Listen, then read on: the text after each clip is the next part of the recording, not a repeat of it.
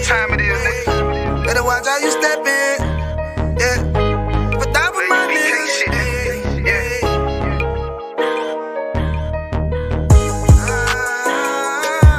I'm in it, yo. Got my nigga Rewan with me. But that was my niggas, it'll be an honor. You know what I'm saying? Under commanding General Yahanna.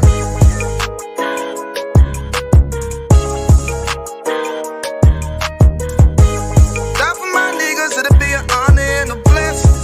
Look, hey, straight off the top, I love all of my niggas. That shit ain't gon' stop till we on top and we ballin', my nigga. We be fly as fuck, you know them bitches be stalking my niggas. That shit'll never change and it's the same with all my niggas. City to city, I should be at home. That's what my ribs say.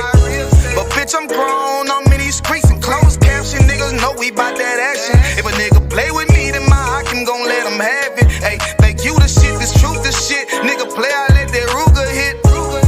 Get on them tracks, they be like, who is this? I'm rude with it, ain't got no manners. All them pussy niggas talking shit, yeah, I know they can't stand us, but we U.P.K, Louisiana, bitch, that's what I'm rippin'. And my niggas solid, number real ones in my section. If you wanna get down, put your boots on, start stepping. Brotherhood is a weapon. Brotherhood is a weapon. Better watch how you steppin', cause brotherhood is a weapon. If I die for my niggas, it'll be an honor and a blessing. Better watch how you steppin', cause brotherhood is a weapon. Brotherhood is a weapon. Better watch how you steppin', cause brotherhood is a weapon. If I die for my niggas, it'll be an honor and a blessing. Better watch how you steppin', cause brotherhood I lay my life down right now for all my sisters and brothers, because I love them. I see them dapping and hug them. It's amazing to see how well we adapt from the struggle. Born again from a life of sin, trapped in the gutter. My mind frame was to kill my own kind. Feeling inferior, waking up ready to die.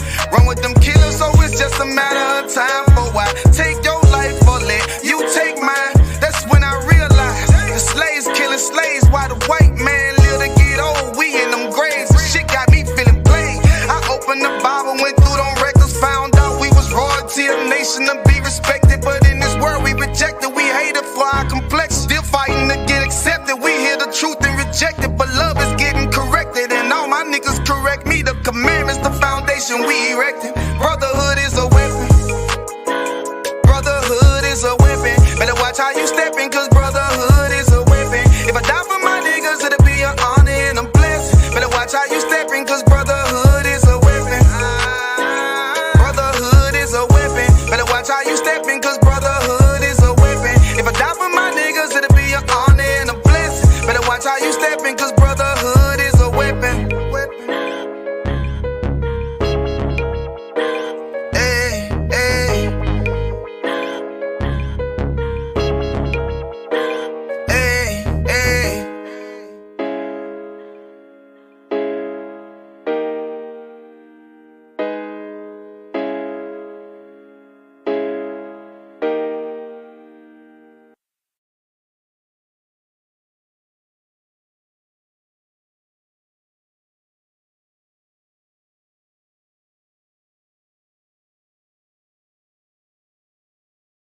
This a Batman tune, I promise you. This shit lit, cuz. This shit lit, alright?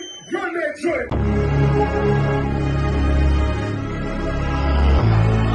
Niggas looking for the light. Me and my niggas prepared for the dog. Yeah. So we gon' get it on for the last days, nigga. You already know what it is. 140 for the rebel. They in the building, we in the spot. We can go to war and see who make it out. Earn your stripes, dog, you with us or not. We can get it on when it's on, it don't never stop. First you get that power, gotta hold it down. Watch your step, boy, you on holy ground. They in the building, we in the spot. We can go to war, let's see who make it out. It's a problem, tell them pop off. I die for I let my colors fly, boy. For a nigga take me, they'll drop dead. AR, clean them up like a mop pig.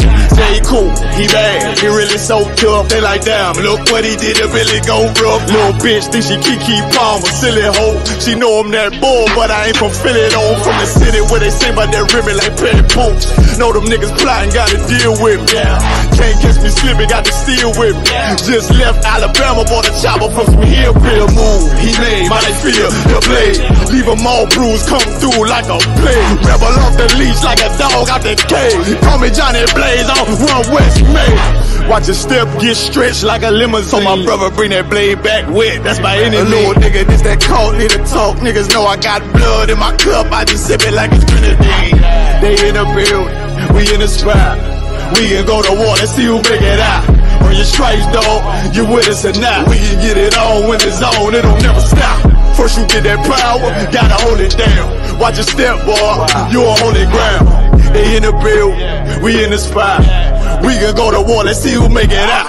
Tell them niggas good night, here come the best. Look, told them niggas get right or get left. U.P.K. bad man, I pin to your flesh. Hellboy, rip the soul out of dead man shit. Got the rate, the power, I been the showstopper. Yeah, they might hate, but I know they gon' watch.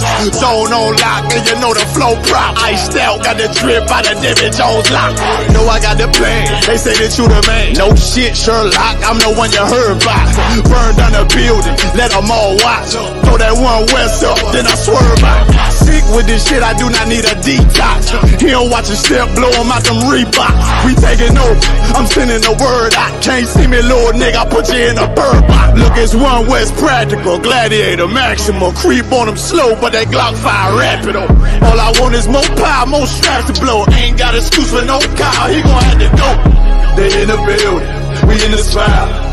We can go to war, let's see who make it out. On your stripes, dog, you with us or not. We can get it on when it's on, it'll never stop.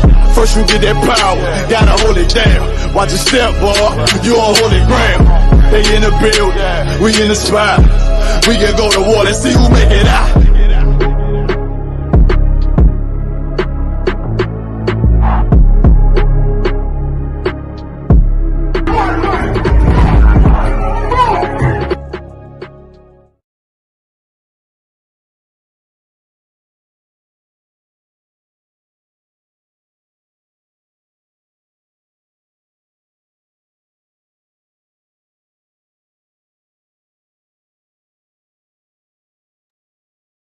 I.S.U.P.K.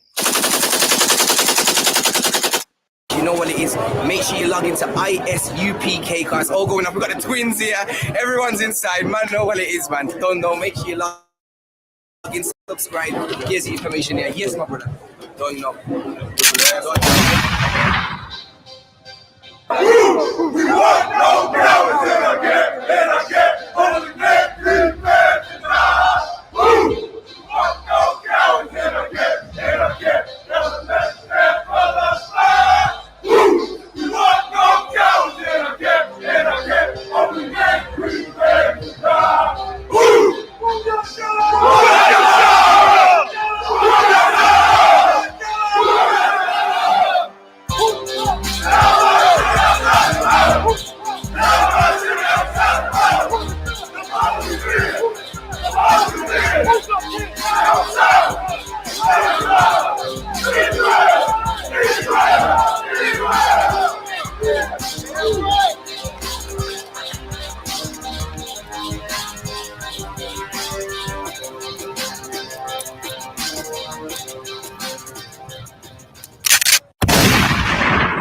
Yo, give yourselves a hand, man. Give yourselves a hand.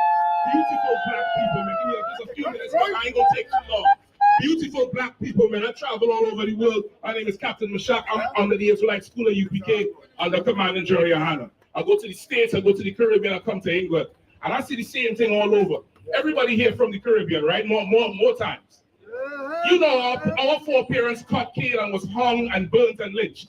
And around the 1800s, after the Industrial Revolution, Britain brought in another group of people as indentured laborers and paid them and gave them our land. That's right. So when you look at Erdington and Soho Road and you wonder how we lose our businesses, the oppressor gave it to them. That's right. The oppressor give them loans. That's right. The oppressor brings them in. You try to run and be mayor or something or prime minister of England, they stop you, but you see who was just in there? You see who was just in there and did nothing for us. You have the other nations coming here and doing terrorist acts, cutting the hearts out of Lee Rigsby and driving trucks across bridges. We built this country. We served in your military and died in your wars. We helped nurse your babies and play your sports. And we never committed no terrorist act. But the Home Office did what? Deport more of us than them. Deport more of us than them. Time for us now to realize and turn from these people. That's right. Time for us now to realize. You see what's going on in England right now? Look, we can't even have our own sympathy. If it was Palestine and Israel going on here, they would never leave. But this is the respect they give to black people. Right. This is what they give to black people, man. Time for us to come together. Right. We're going to turn our backs on them. You see how England falling now, fires all over, the EDL fighting the Arabs and the Pakistanis. Let me tell you something, we are better people than them. We're more compassionate than them.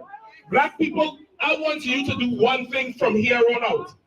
Fight the urge to be kind and save them. Because we've always saved them. We saved England World War II. That wasn't won by your Harry Kanes and your Fodens. That was won by Sterling's parents. That was won by Rashford's parents. We fought in the militaries. And we built England so you can come and have your stores. So you can have your stores where you could choke black women. Where was that? South London? Where they choked the sister in the store? And now you have the nerve where you gonna kick a pregnant woman in the back and rip a black man out his car and instill fear. God is against you heathens. And black people, stay out the way. Stay out the way. The block is hot. You remember that? Don't go outside because you don't catch a stray one. The Lord is moving on these heathens. And it's in the Bible. Read. Isaiah 51:22. Thus saith the Lord, and thy God that pleadeth for the cause of his people. That the Lord and what? Pleadeth for the cause of his people. The Lord does what? Pleadeth for the cause of his people. We don't have leaders in England, man. We don't have leaders like them. You saw what happened in Manchester Airport. The lawyer got up on TV and said, I've never seen police brutality like this. What? Rashawn Charles died with a police hands down his throat. You haven't seen police brutality like this? What are you talking about? But you don't recognize when it happens to us. Because you look at us like cockroaches. No problem. God is going to destroy you. That's right. Behold, I have taken out of thy hand the cup of trembling, even the dregs of the cup of my fury. God said he takes out of our hands the cup of trembling and the cup of his fury, because the Lord was angry with us for a time. That's what all that slavery and colonization was about. We have a power. We are the real Jews of Israel. We the 12 tribes of Israel. That's who we are. We the special people on the earth. Or we can be at the bottom of every society, and yet still, anytime we venture out, we on top. Who's the fastest person in the world? Us. Best singers, smartest people in the world. Don't you all know the first computers was black women who computed maths for NASA to go into space? Without us, they would not have a society. For the longest while, we greet each other like what? Like this. Right? For hundreds of years, they said that's ghetto, that's low class. COVID come around, how do they greet each other now? P.S. Morgan and never TV like this. Like if they're cool. We form society. Not them. And for the longest while, they treat us like trash. So you know what? For the first time in England, the Lord said, I will take away the cup of our trembling, of our fury. Go ahead. Thou shalt drink of it no more again. We ain't going to drink of these plagues no more again. We ain't going to drink of this oppression no more again. The Lord is raising it up off of us, slowly but surely, like a good parent. He letting us off a punishment. And this is what he's going to do. Read. But I will put it into the hand of them that afflict thee. He will what? Put it into the hand of them that afflict thee. God said he will put punishment into the hands of them that afflict thee. Now it's your time, Mr. Abner, to drink. Now it's your time, Mr. White Man, to drink. Now it's your time, other nations who done raised rent, kicked us out, abuse our children in school, lock us up for nothing. Now it's your time, and you're seeing it. Right now, what's going on in England? White people are tired of these other nations. They're tired, and I understand this is your country. But for one time, they ain't blaming us. They ain't blaming. A big knife crime incident happened, what, 3 days ago? Was it any one of our people? No. And stay out of it. That's right. Don't apologize for them. Distance yourself. Let me tell you something. We ain't African. I'm going to tell you straight up. I know it's going to offend some people. But we are not African. That's right. And Africans know it, because they'll tell you, you ain't no African. They'll tell you that straight up, and we not them. Stay out of it. Right. England, let England fight them. Let them fight England and pull back. Stay out of it. Resist the urge to save them. Right. Because we saved them for hundreds of years. That's right. When the cops was doing the packy bashing, the racist ones, the black men went and defended these immigrants. Right or wrong, you all heard grandparents talk about it. And we went there and fought for them and get our heads busted for them. And then you turn around and teach your children to hate us. God is against you. That's right. God is going to bring this place to its knees. Right. And black men are giving you warning. Black woman, Hispanic man, Native Indian man, woman, and child. Separate from this place. Right. That's right. Separate from it. Don't go in their stores no more. Buy from your own. It might be a little higher, but you might be paying for a young doctor to go to school. That's right. How much of their doctors we done paid for? Right. Every night prescription you gotta go get is some bad handwriting doctor that's not your people. That's right. Let's support our own. Right. Let's suffer together. We've been destroyed for 400 years. Of course, their community might be a little bit better. They ain't been destroyed like us. You brothers, you stop going to these heathen women, man. I'm tired of seeing it. I'm saying, you see I.S.U.P.K, come on, I love his music, man. I love his music. He done hooked up with something. Something. What about the black woman that suffered like you? That's right. That suffered like you, that getting kicked in the back from another nation. You know how bad them optics look for young men? That's not a good look. And you sisters, stop thinking you coming up by going outside your race, man. That's right. Because when we was on the plantation, none of them came for us. Right. None of them came for us. Time for us to look at each other and see beauty, and see royalty, and see value. Because that's what they see when they look at each other, man. Let me tell you, I ain't gonna hold you all up. We got a school right down there. What's the address? 394 Lodge Road, D18 5PW. Let me tell you something. Come down to that school and start learning, man. Commander Yahanna builds schools all over the world. We the Israelite School of Universal and Practical Knowledge, man. We teach the truth about the Bible. A lot of people have reservations about the Bible. The Bible is not a white man's book. The Bible wasn't written by men. We got the proof. We teach the Hebrew. We go in there and break it down. We go in there and break it down from the Latin and the Greek. We're going to show you who the real people are. You the real Jews. You the 12 tribes. You the special people of you. You come on down to that school, get the flyers. We got a number on there. The address is on there. Classes is free, man. Come and learn. Come and learn who you are. Come and unlearn all the poison that I'm put into our neighborhoods, man. All the poison I'm put into our brains, man. Let go of the Christianity. Let go of the Islam. Let go of the false religion. God ain't never had no religion. What religion is thou shalt not kill? What religion is thou shalt not steal?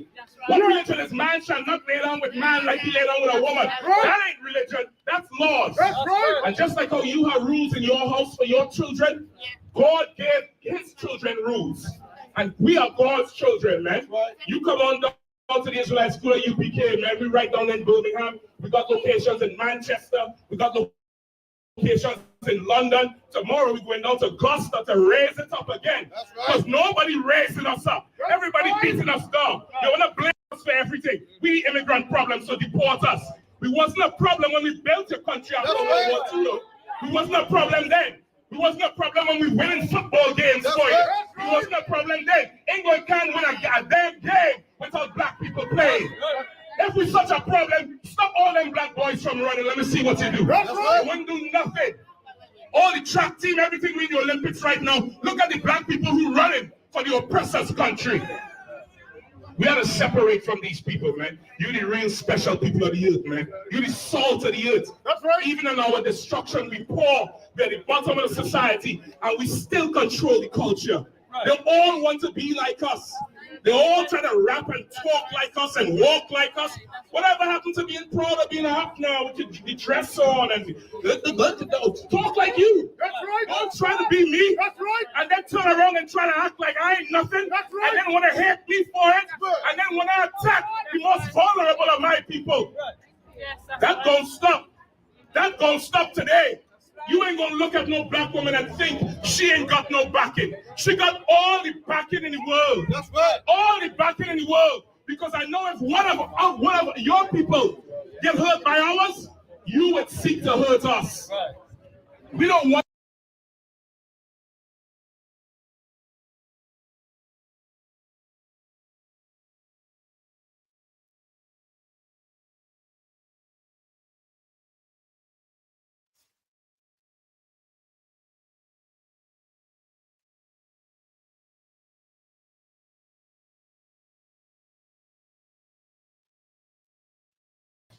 Can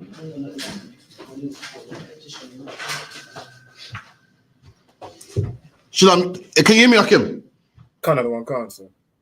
Most High Christ. It's Captain 10,000 Craft there. Just covering in for Captain Mashak for a bit.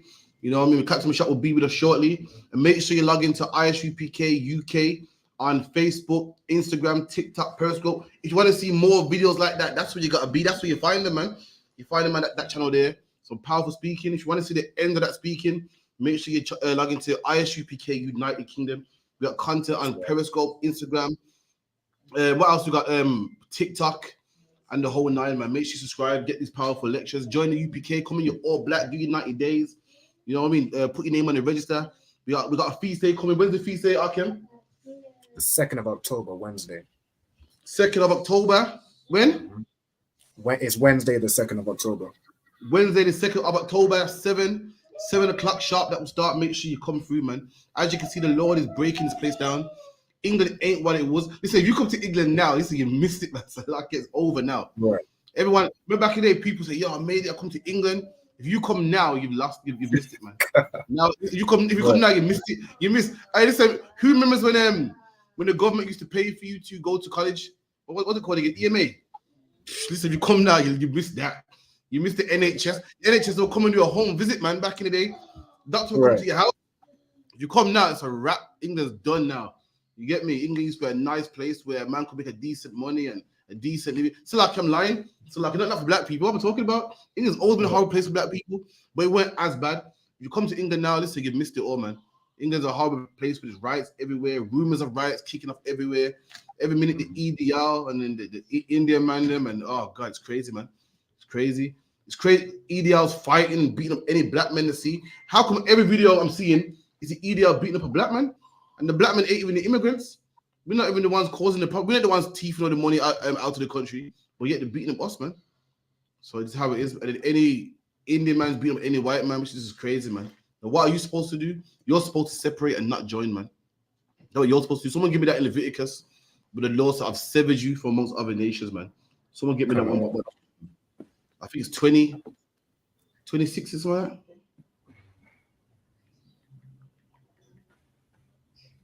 You know what I'm about?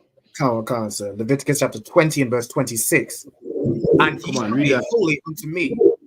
Right, the Lord said, ye shall be holy unto me. The word holy means separate. If you ask a Christian what holy means, they say holy means, you know, a puff of smoke, or holy means the Lord of Jesus Christ and the blood and the Jesus and the ghost, all that garbage, man. Holy just means separate. They're taking that word holy and turning it to some spookism. Holy just means separate, something special, something set apart. And the Lord said he wants blacks, Hispanics, and native Indians to be holy unto him. Meaning what? There's all these nations out there. There's a white man, the Chinese, the Arabs. Then there's you black man. Special, man. You know how you women know how you got all these shoes put down. Then you got that one shoes in the box. They just bust out. It stays in the box, you know. That's the holy one. The rest of them, you know, for the gardening, you take out the bin. Then you got that one shoes that's put down. You don't take out that shoes, you know. If the kids ever bust that box, you vex. Yo, who messed with these, man? That's black people. Everyone else is common. And then there's black people separate, holy, put apart. Read. For I, the Lord, am holy. And the Lord said, I'm separate. The same way I want you to be separate. The Lord is separate from all these other gods, man. All these other gods are what? Idols, man. All these other gods are what? This idol with a horse head and man legs. All the other idols require what? Blood sacrifice. And you put their children in the fire. That's these other gods. But the Lord said, I'm different, man. I'm like other gods, man. I'm separate. And the same way how I'm different. I want you to be different, black man. I don't want you drinking blood, man. I don't want you celebrating Christmas, man. I don't want you having sex with all other nations, man. The same way I'm different. To serve me, you don't serve me the same way you serve the God of Christianity. You don't serve me the same way you serve the God of Islam. You don't circle me 7 times. You don't bow down and kiss me like I'm some stone.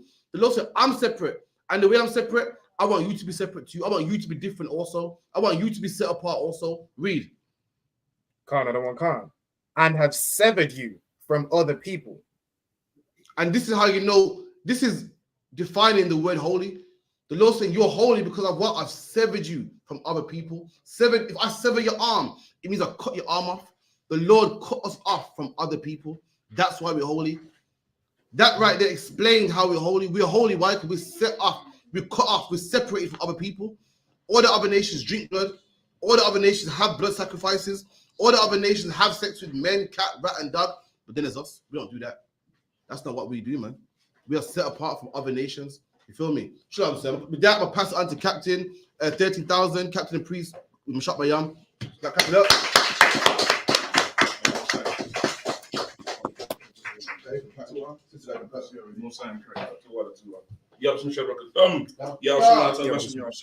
How y'all feeling? You all right? Oh shit! Y'all got the judgment sword up here, like. Well, that's the donate from sister here, Nakapaya. Almost. Come on, Nakapaya, give me the link. You gotta give me the link on this one. She put out one custom. All right, so where you at? I was in Leviticus 20:26 talking about the law was to separate from all the other nations. I mean, we're different from other nations. Is this could this stretch a little more? Yeah, it's like an extra. Or you want to pass it over? No, it's like All right, y'all could hear me good? Most like that. What's going on out there? How y'all feeling? Rob, on you a little low. I'm low. Okay. It ain't gonna be too loud because it's gonna reverb back into this mic. So don't make it too super loud. Right? Yeah, that's too loud. Yeah. Rob, and somebody give me a test. Like, just test the speaker in here. Okay. 1 2 1 2 1 2 1 2 testing. Yeah. 1 2 1 2 1 2 1 2 1 2 1 2 mic test. 2 water 2 hack here. You know what I mean? No, Cap, you could bring yourself closer. Radar, do the thing with the door. Sis, come up a little bit. Don't sit all the way in the back, all right?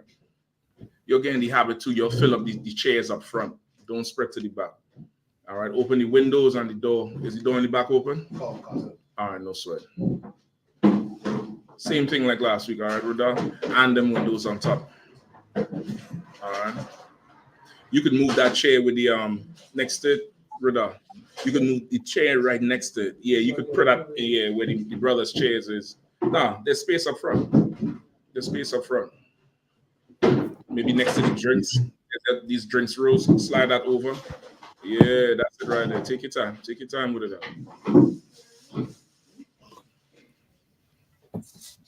All right. So where was that? We had a question online? Last, if I could, we was just reading Leviticus 20 verse 26. Okay. The captain was just breaking that down, sir.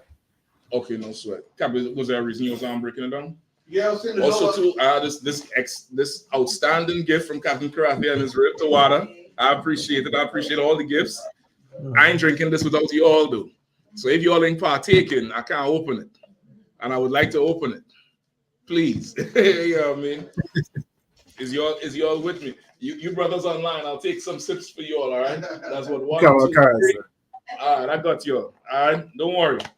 You know what I mean? We one buddy, so, you know, I'll sit for you. Right. Yeah, I mean? All right, so what we dealing with the Yeah, I was saying the law once was separate, once was different. It's assembly for other people. You don't want us mixed up in this EDL march garbage. You know, it's not our fight. Okay, pull it what you had for me. Pull the one you was reading. You can continue. It's not for the top, but shut up. Radar. Leviticus 20 verse 26. And ye shall be holy unto me. For I, the Lord, am holy, and have severed you from other people. Okay. That Go ahead. That ye should be mine. Okay. Go ahead, Captain. So what's the point you was bringing out? Yeah, I was saying that we're separate. We don't know what was fighting. Let these men fight for the country. Let the Indian man fight for the country. The white man fight for the country. You know, let's fight for our laws. Let's fight for our families. We're separate. Okay. They fight for land and oil. So it's what they're doing right now. Right. Not getting involved. We're separate. We're different. Yeah, absolutely. Like what's going on in England right now? It's for sure. It's for sure a big sign. Like I'm talking to the general about it too last night. Talking to Shalom says, how you doing? How you doing? All right, talking to the brothers and sisters across there, and there's not much, not much. I could say in terms of like what you're seeing here, that's not making it to the mainstream news. I don't know if you all realize that.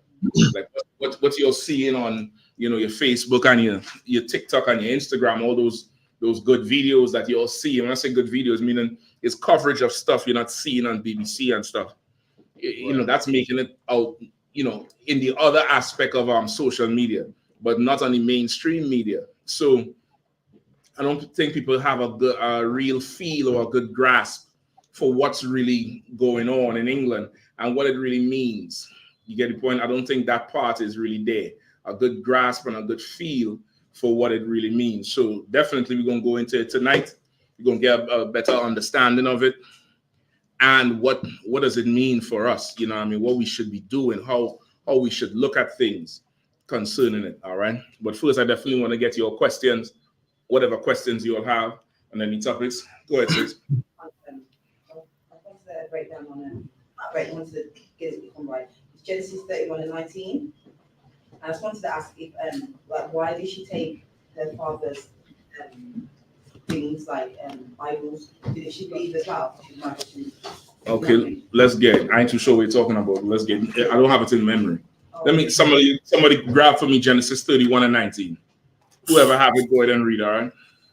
Genesis 31:19.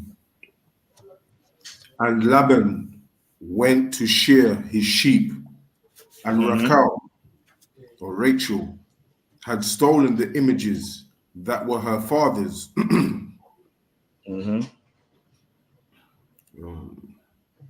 Keep reading, brother. And Jacob stole away unawares to Laban the Syrian, in that he told him not that he fled. I might have to get a reminder on this. What's happening before this? Bring me up to speed. Go ahead, Cap. You remember? Well, I remember Jacob leaving the band. He got his family wants to cut. The band saying, "Nah, man, like, was you around to get blessings?" So I think his daughter stole one of the idols. Yeah, but what was the reason for it though? I can't remember the reason, if it was to offend him or. Let me find out, all right? And I'm gonna come back. Go ahead, Rob. I believe so. In verse 14, it says, "And Rachel and Leah answered and said unto him, Is there yet any portion or inheritance for us in our father's house?" So I think it could be over some kind of jealousy. Like Rachel and Leah wanted inheritance for themselves. Some sort of I know, but the idols, I just want to be sure before I even give a full answer on it. You know what I mean? That's what I would say. I would say, let me just be sure before I give you all that part. So run with. It's not in my memory right now. Go ahead, sis. I've got another one then. Yeah, please. Yeah, come on with it. Judges 11 and 30. 40. And I was trying to actually really like his daughter. Say that again. So Judges 11 and 30. And he made a vow, so like, if I win this war, whoever comes in, I'll slay them. And the person that walked in was his daughter. Okay. Kill his daughter. Okay. Let's get it. Judges what's up there? 11, I think. 11 and 30. Okay. Judges 11 and 30. 11 and 30. And Jephthah vowed a vow unto the Lord and said, "If thou shalt without fail deliver the children of Ammon into my hands, then it shall be that whatsoever cometh forth of the doors of my house to meet me when I return in peace from the children of Ammon shall surely be the Lord's, and I will offer it up for a burnt offering." Okay. So who is this again? A brother called one of the judges called Jephthah. Jephthah? Okay, so he's asking the Lord to be with him in a war, right? He's asking the Lord to be with him as he goes to war against Ammon, who is the biblical name for the Japanese. And he's saying, if the Lord is with him in the war, I will give as a burnt offering, a sacrifice. He says, whatsoever comes through the door. He has in his mind one thing, right? Because whatsoever is what? Anything. Like what? Okay. like an animal. That's the only thing that could move. That's a what. You don't say who to an animal. Who is referring to people. Whatsoever comes through the door is the Lord's, and I'll give it up as a burnt offering. He may have had some animal that he thinks is just fantastic in his own eyes. It's super fantastic, strong, powerful, obedient, whatever. And that's so valuable to him. And in his mind, he'll give it up. Right? And we'll see what happens. All right, go ahead. Verse 32. So Jephthah passed over unto the children of Ammon to fight against them, and the Lord delivered them into his hands. I see why y'all like this little frog, but it seems like perfume. I feel like I gotta do a little. I went to New York for the first time and they put me on. I think Zakar is the one who introduced everybody to this, Jeremiah, and I think that's what he drink, all the way. You know what I mean? Y'all forgive me. Salakia. Anybody who wants to partake. I get no sweat. Go ahead. 33.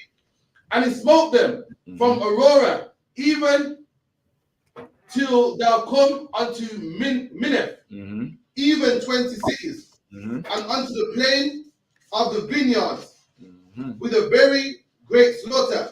Thus the children of Ammon were subdued before the children of Israel.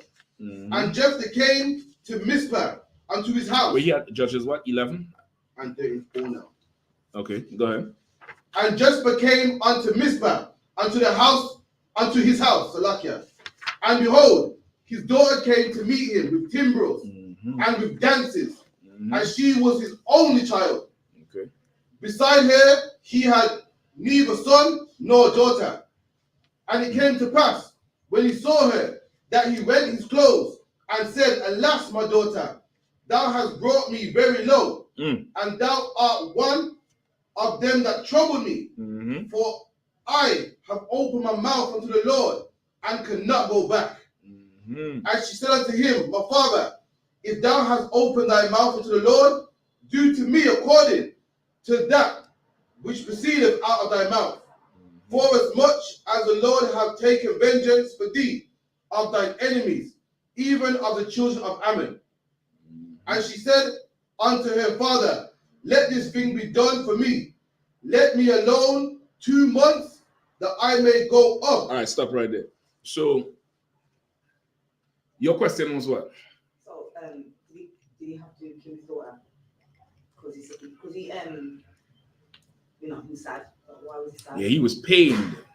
He was pained.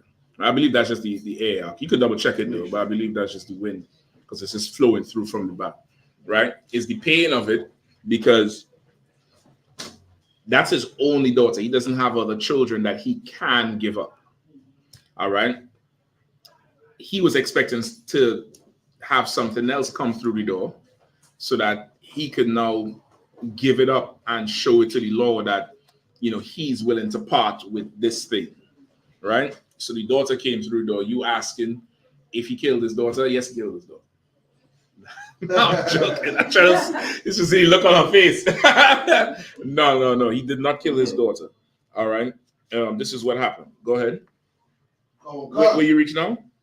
I was 31 about No. 11 and about 37 now, sir. Wait, it's Judges 11 and 30. Okay, yeah. Go ahead. And she said unto her father, Let this thing be done for me. Let me alone 2 months, that I may go up and down upon the mountains and bewail my virginity. I and my fellows. And he said, Go.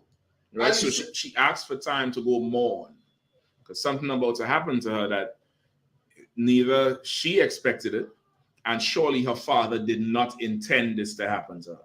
All right, go ahead. And he said, Go. And he sent her away for 2 months. Mm-hmm. And she went with her companions and bewailed her virginity upon the mountains. Right, what does it mean, bewail her virginity? Like cried for her youth. Remember, she didn't have time to, be a young woman. Anybody else? Rada? Is she crying because she's not been married or something like that. All right, I'll take that. I'll take that. Anybody else? Anybody online? Go ahead, up. So she's crying because she's not gonna be able to enjoy like her youth. She's not gonna be able to marry. You know what I'm saying? She's crying. Okay. Yeah, I'll take all of those. All of those is right. Right? She's gonna mourn now because her life is over. Life is over. Her life that she had in her mind was over. Right? And of course, as Radar saying, she ain't gonna ever be with a man now and have kids and do the thing that normal sisters would do. Sisters in the usual circumstances would be able to do. You get the point? Go ahead. Come on, verse 89. And it came to pass at the end of 2 months that she returned unto her father's house, who did with her according to his vow. Right. So at the end of 2 months, she came back home to her father, and he did according to his vow. Right? Did you reach this far in it? That part. So when you heard that part, you was like, "Oh Lordy, Lord, Poopa Jesus, they killed the picnic." You get it, point. And listen, that's a right spirit to have, especially as a sister, because it's like you can't imagine some shit like that happening. And you're right, because the spirit of the Lord is that thing, and this is the proof that our God is a living God, like a father. He's not a God like what the heathens have, where they don't get it, they don't understand it, they don't care about human life versus what's written, and to make themselves feel better about themselves. You know what I mean? Go ahead.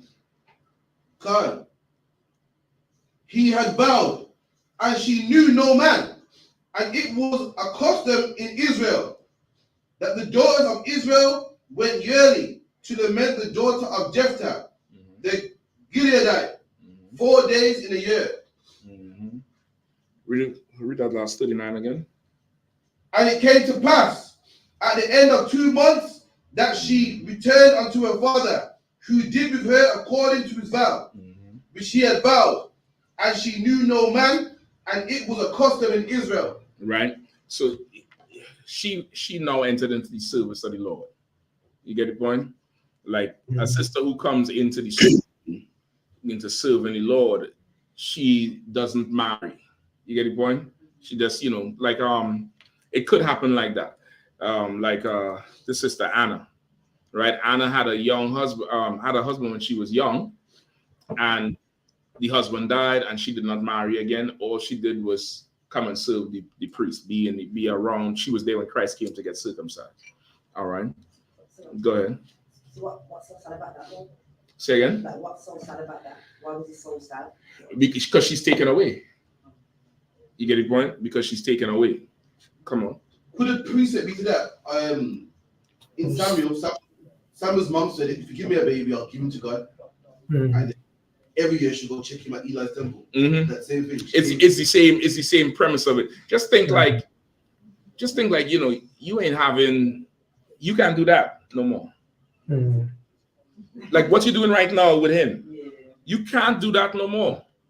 Like imagine what that must feel like. That's it.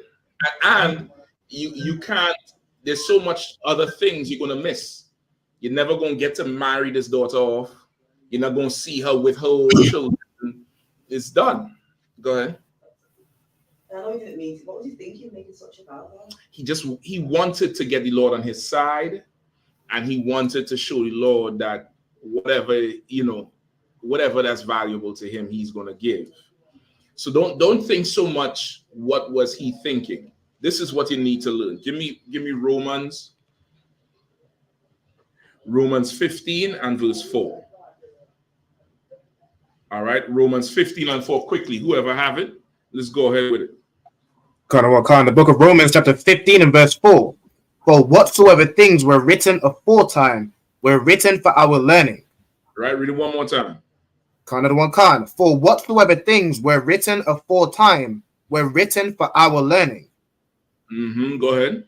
That we, through patience and comfort of the scriptures, might have hope. Right. Everything that's written in this Bible from the times before is written for our learning. It's written for us to learn from them, right? We know about Solomon. Why is this man king of Israel? Solomon had a problem with heathen women, right? There's some people who read that and say, see, it's okay to do it. There's a law against heathen women. He was not supposed to do it. We are supposed to learn from his mistake. You get the point? We're supposed to learn from it.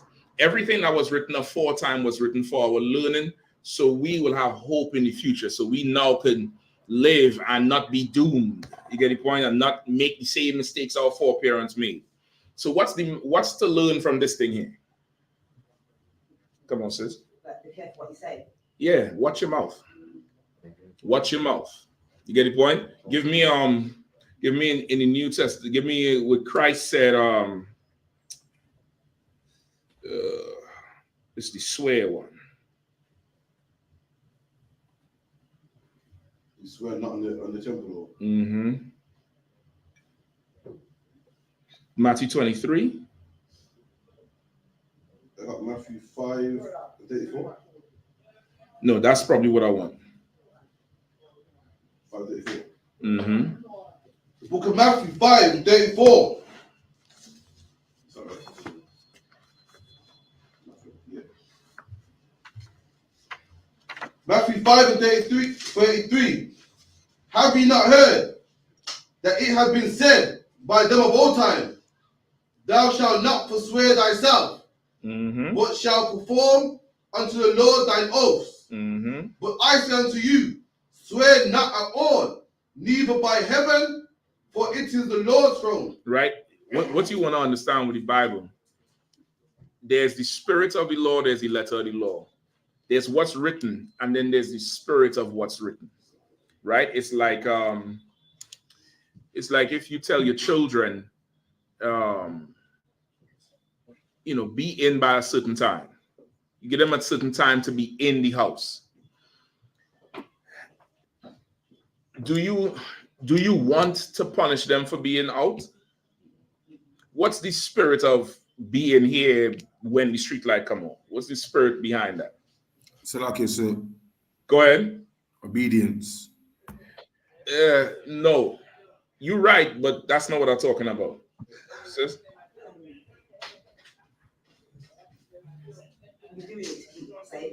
You want them to be safe.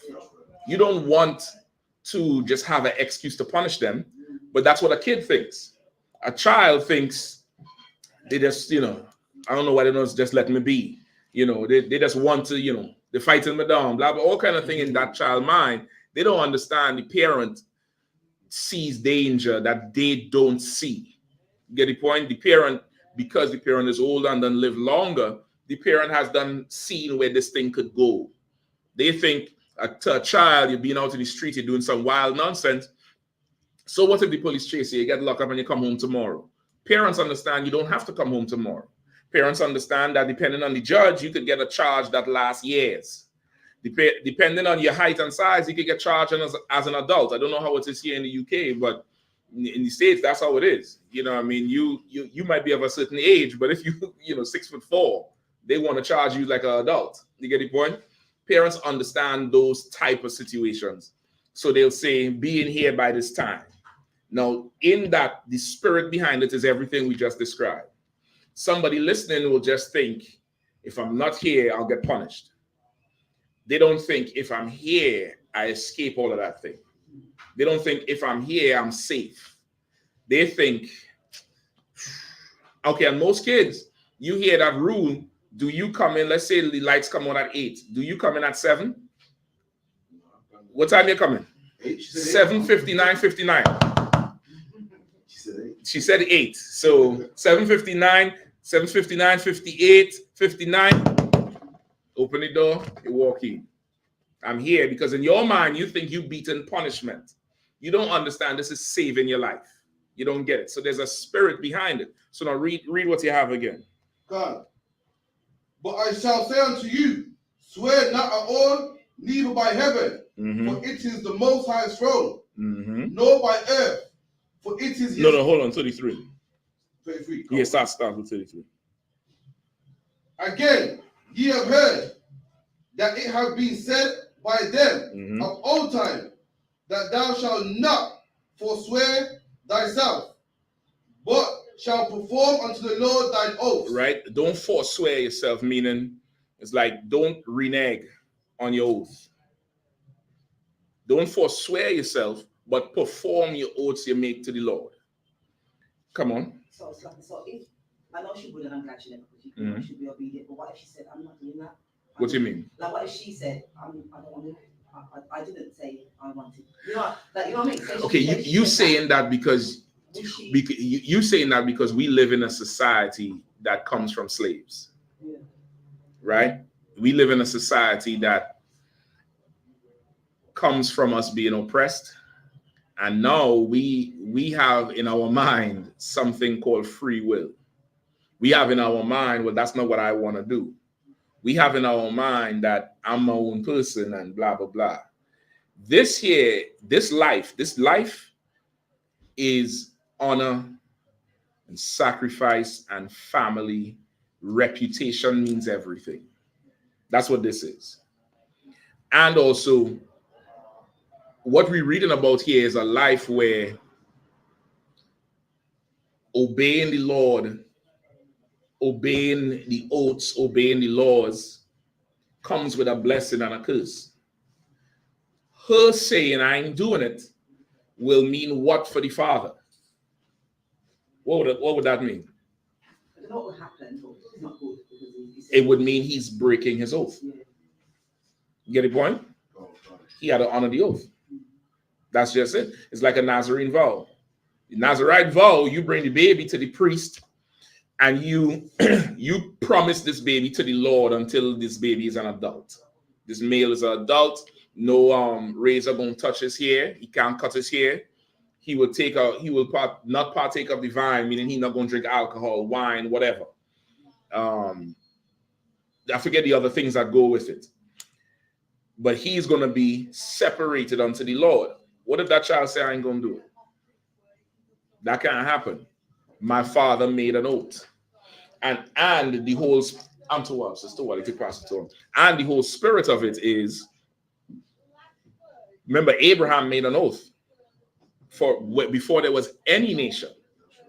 So now that spirit didn't exist then. The spirit is I'm honoring my father. This is what my father did. I'm doing it.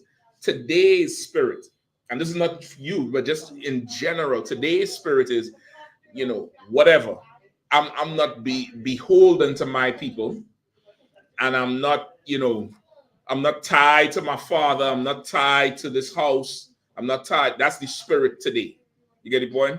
That's not what's going on back then. You understand? That is definitely not what's going on back then. We done stepped away a whole lot from how we used to be, and it's a little difficult now to understand. But we've stepped away, far away from how we used to be. You get the point? Yeah. So it's not. She wouldn't say that. That's not the type of culture we have. The type of culture is this is what it is. You get the point? This is what it is. This is what if the father said, if you with me, I'll let my daughter marry the king. What will you say? I don't want to do it? No, because now it's a king involved, right? Yeah, it doesn't work like that. This like Israel, we are a very honorable people. We're far from that right now. We're very far from it. You get the point? Where we at with it? Okay, verse 24. Mm-hmm. But I say unto you, swear not at all. Oh, so lucky. Hold on. Read 33 again. Verse 33. Mm-hmm. Again, ye have heard that it have been said by them of old time, Mm-hmm. thou shalt not forswear thyself, but shalt perform unto the Lord thine oath. Right. So now, this is a law here saying you can't break an oath you make to the Lord. So now what's the spirit behind that? What's that really supposed to drive home? I know it's saying whatever you say to the Lord, don't break it. Somebody hearing it, just like the child hearing come home early, is like, I had to reach home before 8. You hearing it, you would be thinking what? Hearing it means just Lord said, don't commit adultery, don't commit adultery. Well, this is not a law. This is an oath, meaning something you promise you're gonna do. It's a burden. It's something that's not do. Okay, exactly. Like that person would now be thinking, I have to do it. I have to do it. I have to do it. Versus thinking, I better watch what I tell the Lord I'm going to do. Right. You understand? That's what you learn from here. The thing to take away from this is be careful what you tell the Lord you're going to do, because the Lord is not a man. He's not mommy. What you tell him you're going to bring, you better bring it. He's going to require it of you. And if you don't give him it, it's going to be a problem. You get the point? That's the spirit here. Like, you got to watch what you're saying. Watch what you're saying. You ever see in council? We in council in general say, don't stand up here and tell me what you're going to do. That ain't going to work. Do it and then come back and tell me what you did. Because that thing just saying what you're going to do and just never delivering, that's not how we are. You get the point? Like, it's a spirit you have to learn from. So that thing there, what to learn from there is, he probably shouldn't have said that part. That's probably what he should not have said. He should have just asked the Lord to be with him. You get the point? He shouldn't have made a deal with the Lord. You get the point? Or a deal you can't deliver on. Like, that's something you probably shouldn't do, right? Keep reading. Oh God. But I say unto you, swear not at all, neither by heaven, for it is the Lord's throne, nor by earth, for it is his footstool, neither by Jerusalem, for it is the city of the great king. Neither shalt thou swear by thy head, because thou canst not make one hair white or black. Right? So now that's like, you know how in Israel we have I swear on my kids, I swear on my mama. Like, it's that. Don't swear on heaven, on earth, on your hair, on your head. You really don't have control of none of that shit. You don't have control of none of it. Right? Keep reading. Go ahead. But let your communication be yea, yea, nay, nay. For whatsoever is more than these cometh evil. You understand? Like, your communication should be, Lord, please be with me. Lord, I beg you, please be. Even Christ didn't say, if you let this cup pass from me, I'll serve you forever. Remember when Christ was going on the cross, he didn't make a deal. He said, Lord, if it's thy will, let this cup pass from me. That's it. That's all he asked for. He asked for the Lord to be with him. He didn't say, if you be with me, I'll do this. You get the point? Oh, if you be like, now you're going to bargain with the Lord. Like, the Lord could just kill you right there. Like, we ain't got no bargain no more. You get the point? Like that's what happened in Judges there. It was for us to learn. The brother made an error. It cost him his child, his only child. And anybody who have children know how difficult it is to make children and keep children healthy and alive. Like, you in a day to day where they could have scans, look in your child brain, look in your child ear, retina scans, check to see if the child have any visual impairments young. Even sometimes the baby in the womb, they could tell you different things from the scans. Imagine a time where there ain't no scan. You going on faith, you going on, the Lord, and it's not easy. Even today, it's not easy to bring forth children into the world. These heathens is having problems with having kids. They're not like us. You get the point? Especially that oppressor, that white man, and the Lord done gave him a desert of a woman. That thing is barren as hell. She doing all kind of IV therapy and this and that. Like, Israel, we not like that. So now this is his only child. He had to give her up now. He can't enjoy his daughter. He can't, and he's fighting to go home and celebrate with his family. And now we can't. Come on. So that's why she was crying for her virginity and not for her life. Exactly, for her youth. For her, now she would have just grown like a regular sister, get caught in dowry, big fandango thing going on, baby come, baby shower, child being born.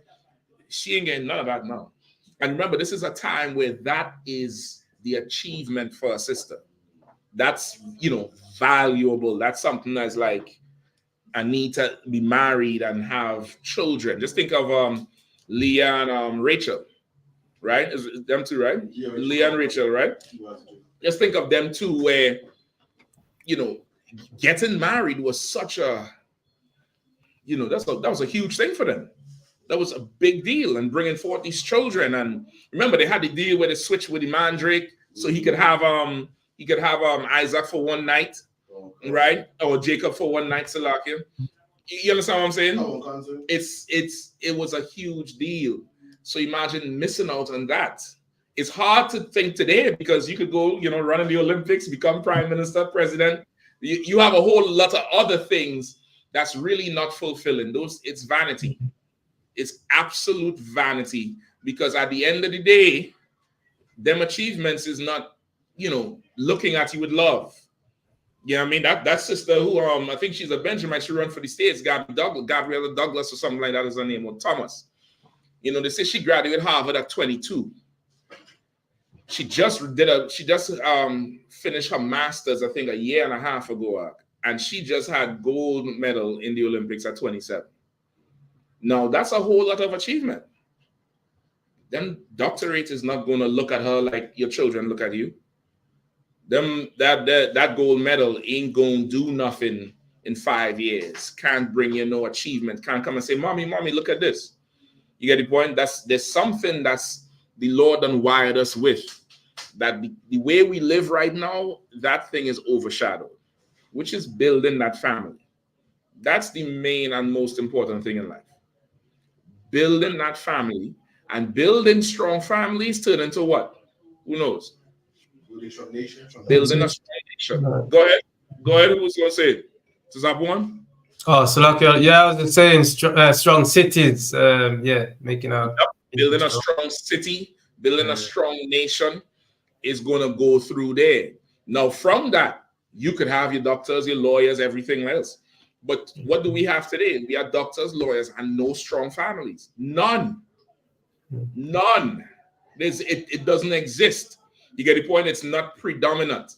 It's not that. To the point where a sister, if you have a man, right or wrong, your sisters tell me, the heathens look at you in shock. Like, you're not a single mother? What? The baby daddy? They hear you say husband, they look at you like, hold on, what are you talking about? What are you talking about? It's that bad for us. You get the point? This is a different time where that's a very valuable thing to have. Very, very valuable. You get the point? So here's what you're going to learn from this is, be careful what you say to the Lord. It's better just to ask the Lord to be with you, to have mercy on you, to go to him, not like you have power to, bargain. You get the point? You want to go to the Lord not like you have power to bargain, not like you could, I'll give you this if you give me this. He controls everything. What does he need from you? What does the Lord need from you? Give me one last scripture to give me every sheep on every hill. It's in Psalms, I believe. Cap, you know what I'm talking about? Every sheep is mine. Every sheep is mine. Psalms.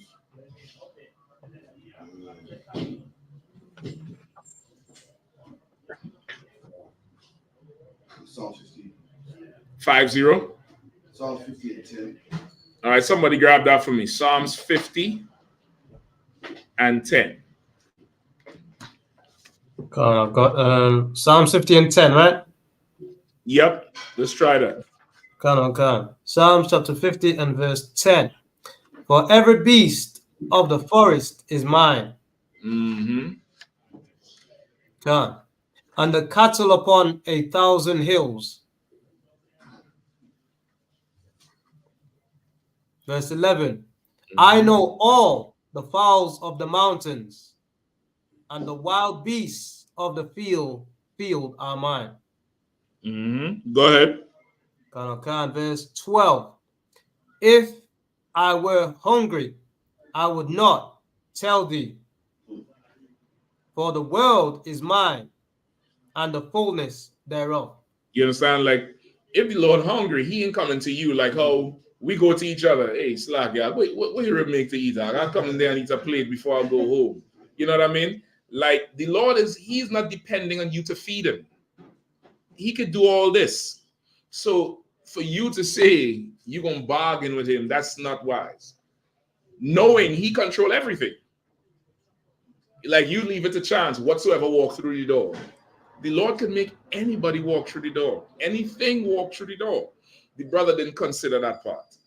Go ahead. Sorry, so would it, Lauren and David fasting? Isn't that like kind of bargain? Like, Say again? Lauren was fasting and his son still died. Would you say that was bargaining? Fasting and that.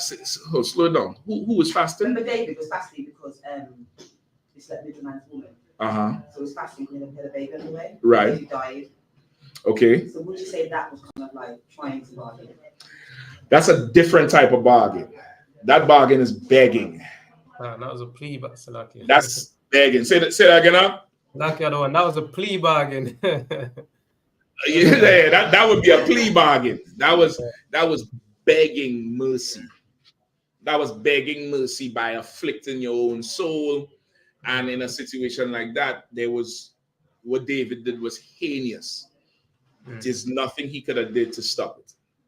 You get the point? There was nothing he could have done to stop that. It was heinous. He plotted, he coveted, murdered, and then tried to pass it off as normal. The Lord had to make him pay.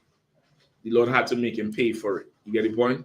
So that, he tried to, to beseech the Lord, which he always should do. Because the Lord is a father in the house. And the child did something, and everybody know this thing, he gonna get his ass beat.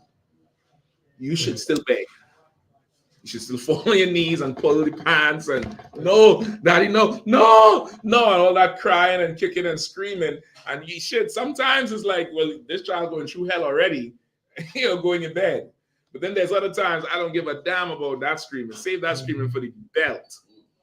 Save all that screaming and kicking for the belt. Don't waste your energy now. You get the point? And that's the situation there. It's different to what happened in Judges. All right. But what to learn from it is watch your mouth. And don't think the Lord wants something you have. Where it's like, I could afford to lose this. It's really kind of, it's borderline disrespectful to the Lord. You get the point? It's borderline like, well, I could afford to lose this. I can make more of those. Like, how would you even bargain that with him? That's not something you should do. All right. Oh, God. Any more? And of course, the scripture where the Lord said, I prefer obedience rather than sacrifice. And that's not so much as Judges, but that the spirit of it is you don't want to start a bargain with the Lord. You want to ask the Lord to be with you. And you want to obey him even when you don't want anything. That's the key to life. You want to obey the Lord when you're not in need of anything. And sometimes we could get so careless and comfortable and take things for granted so much that you only obey the Lord and get real zealous for serving the Lord and being in the right spirit when you want something. When you should be like that 24/7. That's right. You should be like that all day, every day. You should be able to understand that the life you have, it could be 1,000,000 times worse. And that the life you have, you're really in the palm of the Lord. And he could do with you whatever the hell he want to do. And for that, you give him honor and glory and obedience all the time. Right. So when you go to him, it's down here like he wants to just do everything for you, which is what happened with Christ. You get the point? Where Christ would say, listen, man, Lord, give me the power to do this so that I could show your power to them. He was raising people from the dead. He asked for that. You get the point? He asked, like, let me show your power. Let me show your power. You want to be able to, ask the Lord for things and get it based on your track record, not on the spot bargain. It's disrespectful. You get the point? Oh, God. It's like that. Anything else? Another question on the brother says, you understand? All right, no sir. Shalom, I have a question. a breakdown of Ezekiel 24, verse 1. Okay. It's Zappa, could you get that Baba Kashar? Khan, other one, Khan. Yeah. Ezekiel.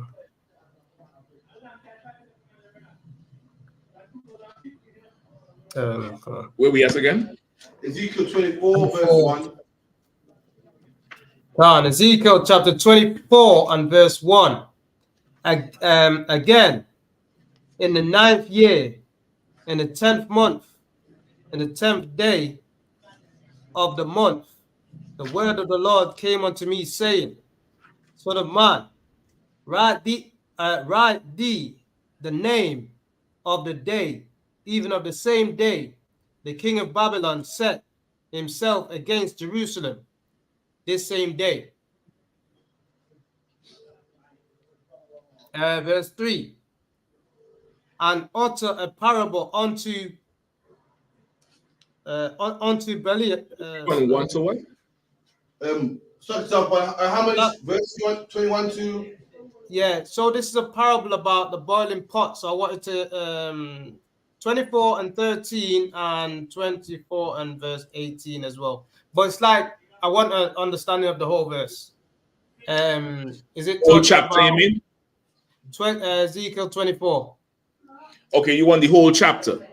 Can't, yeah. About the melting pot. So is it ancient Babylon? Is it this mystery Babylon? Is it like, you know, when it talks about Babylon the Great being a melting pot? Is it referring to that as well? Is that a precept to that? Okay, where's the part with the pot? And this is another one I may have to come back to. Where's the one with the pot?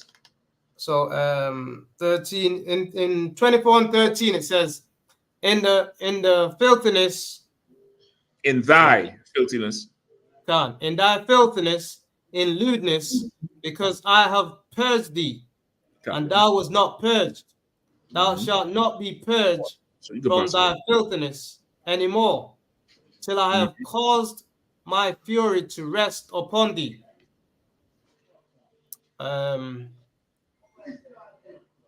Okay, and you wanted this breakdown? Khan, yeah, and then yeah. Okay, so what, go ahead. What I want to understand is this the great mountain pot, or is this talking about the Israelites being punished, or okay, it's mentioned? Where is it giving you the idea that it's not Israel?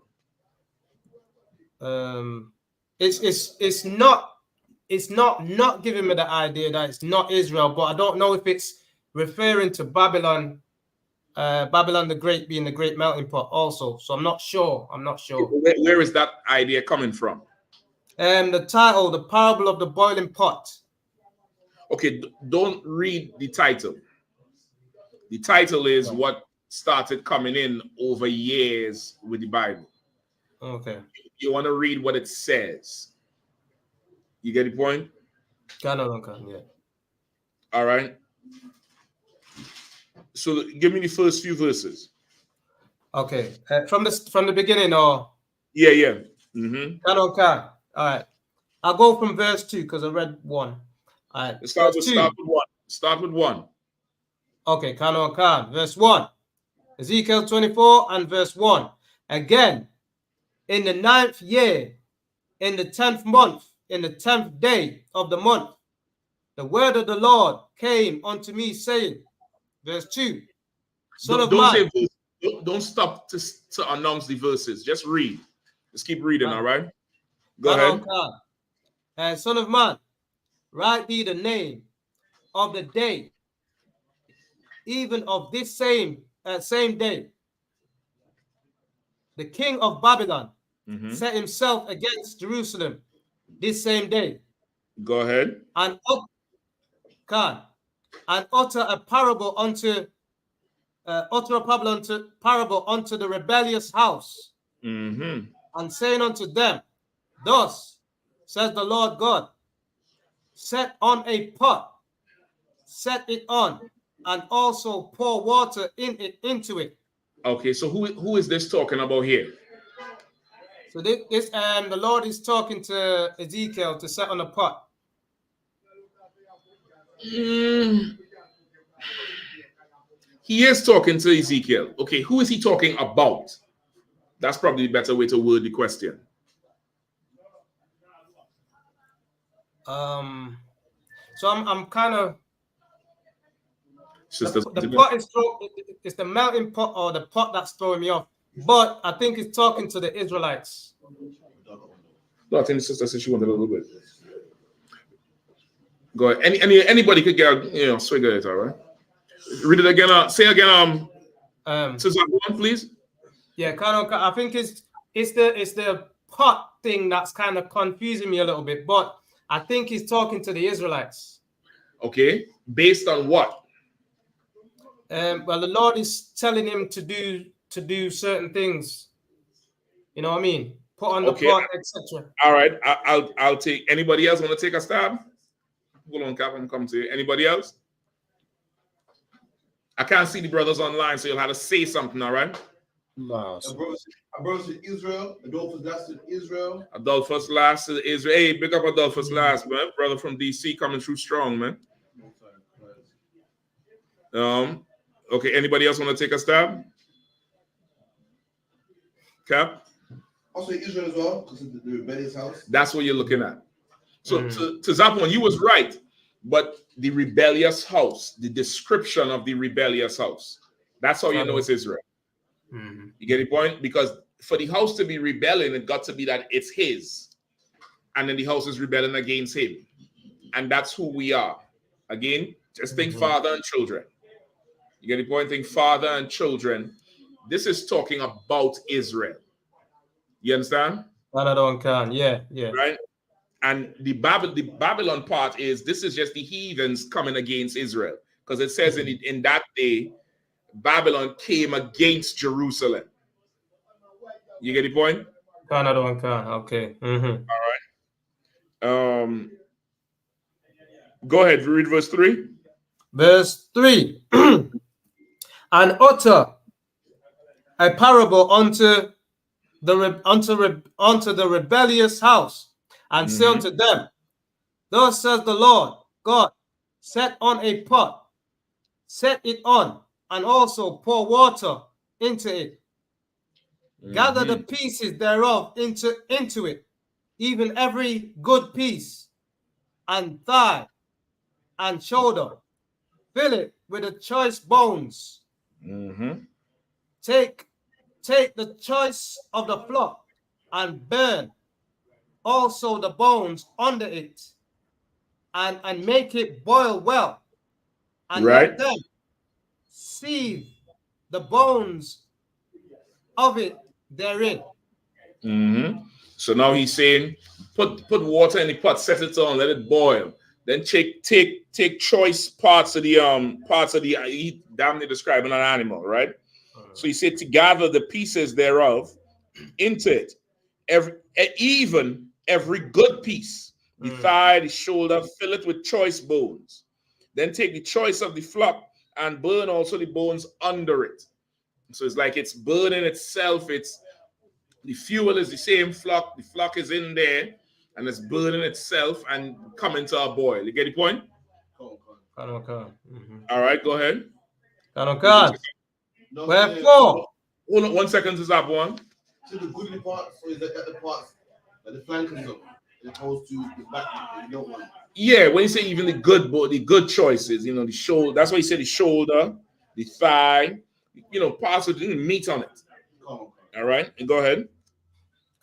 Verse 6. Wherefore, thus says the Lord God, woe to the bloody city, to the pot whose scum is therein, and whose scum is not gone out of it. Bring it out piece by piece. Let no lot fall upon it. For her blood is in the midst of her. She set it upon the top of the rock. She poured it not upon the ground to cover it with the dust. Let's go. Keep reading. That it might cause fury to come up to take vengeance. I have set her blood upon the top of the rock, that it should not be covered. Therefore Thus says the Lord God, woe to the bloody city. I will even make the piles for fire great. Heap on wood, kindle the fire, consume the flesh, and the piece, and the spice, and spice it well, and let the bones be burned. Then set it empty upon the coals thereof, that the brass of it may be hot, and may burn, and that the filthiness of it may be melted in it, that the scum of it may be consumed. Right? So he's saying, woe to the bloody city that have the scum therein. Like, boil something and you see I don't know what it's called, like froth going around the top of the thing. You're not eating that. It's like, that's filthy. And then you boil it up some more and you put different things on it. Then he puts it at the top of something, let the coals burn some more. This is like he's cooking something to get a result. He's trying to get something out of it, right? Go ahead. She had wearied herself with lies, and her great scum, and her great scum went not forth out of her. Her scum shall be in the fire. In thy filthiness is lewdness, because I have purged thee, and thou was not purged. Right, so it's like the Lord is working. He's working with us, trying to get this out. But he's saying the scum is going to be consumed in the fire that's meant to purge you. But though he purge us, we refuse to be purged. Though he tried to clean us up and get us out of the lewdness and the filthiness, we refuse to be purged. You understand, Sister one? Yeah. Go ahead. It's like like our brothers in today's time, innit? What do you mean? Like, the truth comes out, they refuse to hear it. It's like the Lord's trying to clean us up. I'm gonna give you a gem. I'm gonna give you one more. That's a badass pick right there too. That your boots, that bad man boots there. Yeah, I mean, bad like your booty up there. I'm gonna give you a gem, Mark. You see, like how you say, like most of our brothers today, they don't want to hear the truth. God, we don't want to hear the truth. You can't separate you from the brothers. You can't do it. You get the point? You can't do it. You, me, and everybody else in here, we 1 inch away from them. You get the point? There's not much difference between us and them. There's not much. So don't never ever think or look at it as if it's a big difference. So don't do that. You get the point? We in the same hell they in. So what's the benefit? What's the benefit of knowing you're Israelite, right? You're going to a slave just like them, right? That's right. Yeah. You paying the taxes just like them. You getting pulled over by I.S.U.P.K just like them, right? So really, what's the difference? The difference can only be felt by you. You get the point? It doesn't. I want to say felt. You it's a difference because how you live and you're not stressed anymore. But is it impacting your life? Nah, we in the same boat still. You get the point? We don't want to hear the truth out. You understand? We refuse to be purged. You get the point? But Salakia, I'll come and say to that one. Go ahead. Yes, we are an absolute stiff-necked, hard-headed people. The Lord said, if I had went to the heathens, they would have answered. They would have listened. That's what the Lord said. If he only went to the heathens, they would have stepped all the way into it. Like the other day, I was watching an interview with Supercat, and I have it playing, and I think I'm in the kitchen or something, brother. And for a second, I forgot this was an East Indian I'm listening to. Just for a second, he talking about this, asking him about the situation with him and Ninja Man on the stage, and he talking about Ninja Man and how he used to get together with Ninja Man before. And for a second, brother, I forgot this was a heathen. And this is how it is. The heathens, if they get a chance to be a nigga, not go through what niggas go through, but just to be a nigga, brother, they'll outperform you. They will just step all the way. What? I could be black? What's the other one from England? On the bomber clap, yeah, me go on BBC, the rascal, the little bomber clap, What's Burner Boy? You get the point? If they get the opportunity, you open the door for them and let them know, you know, you my nigga. Nigga.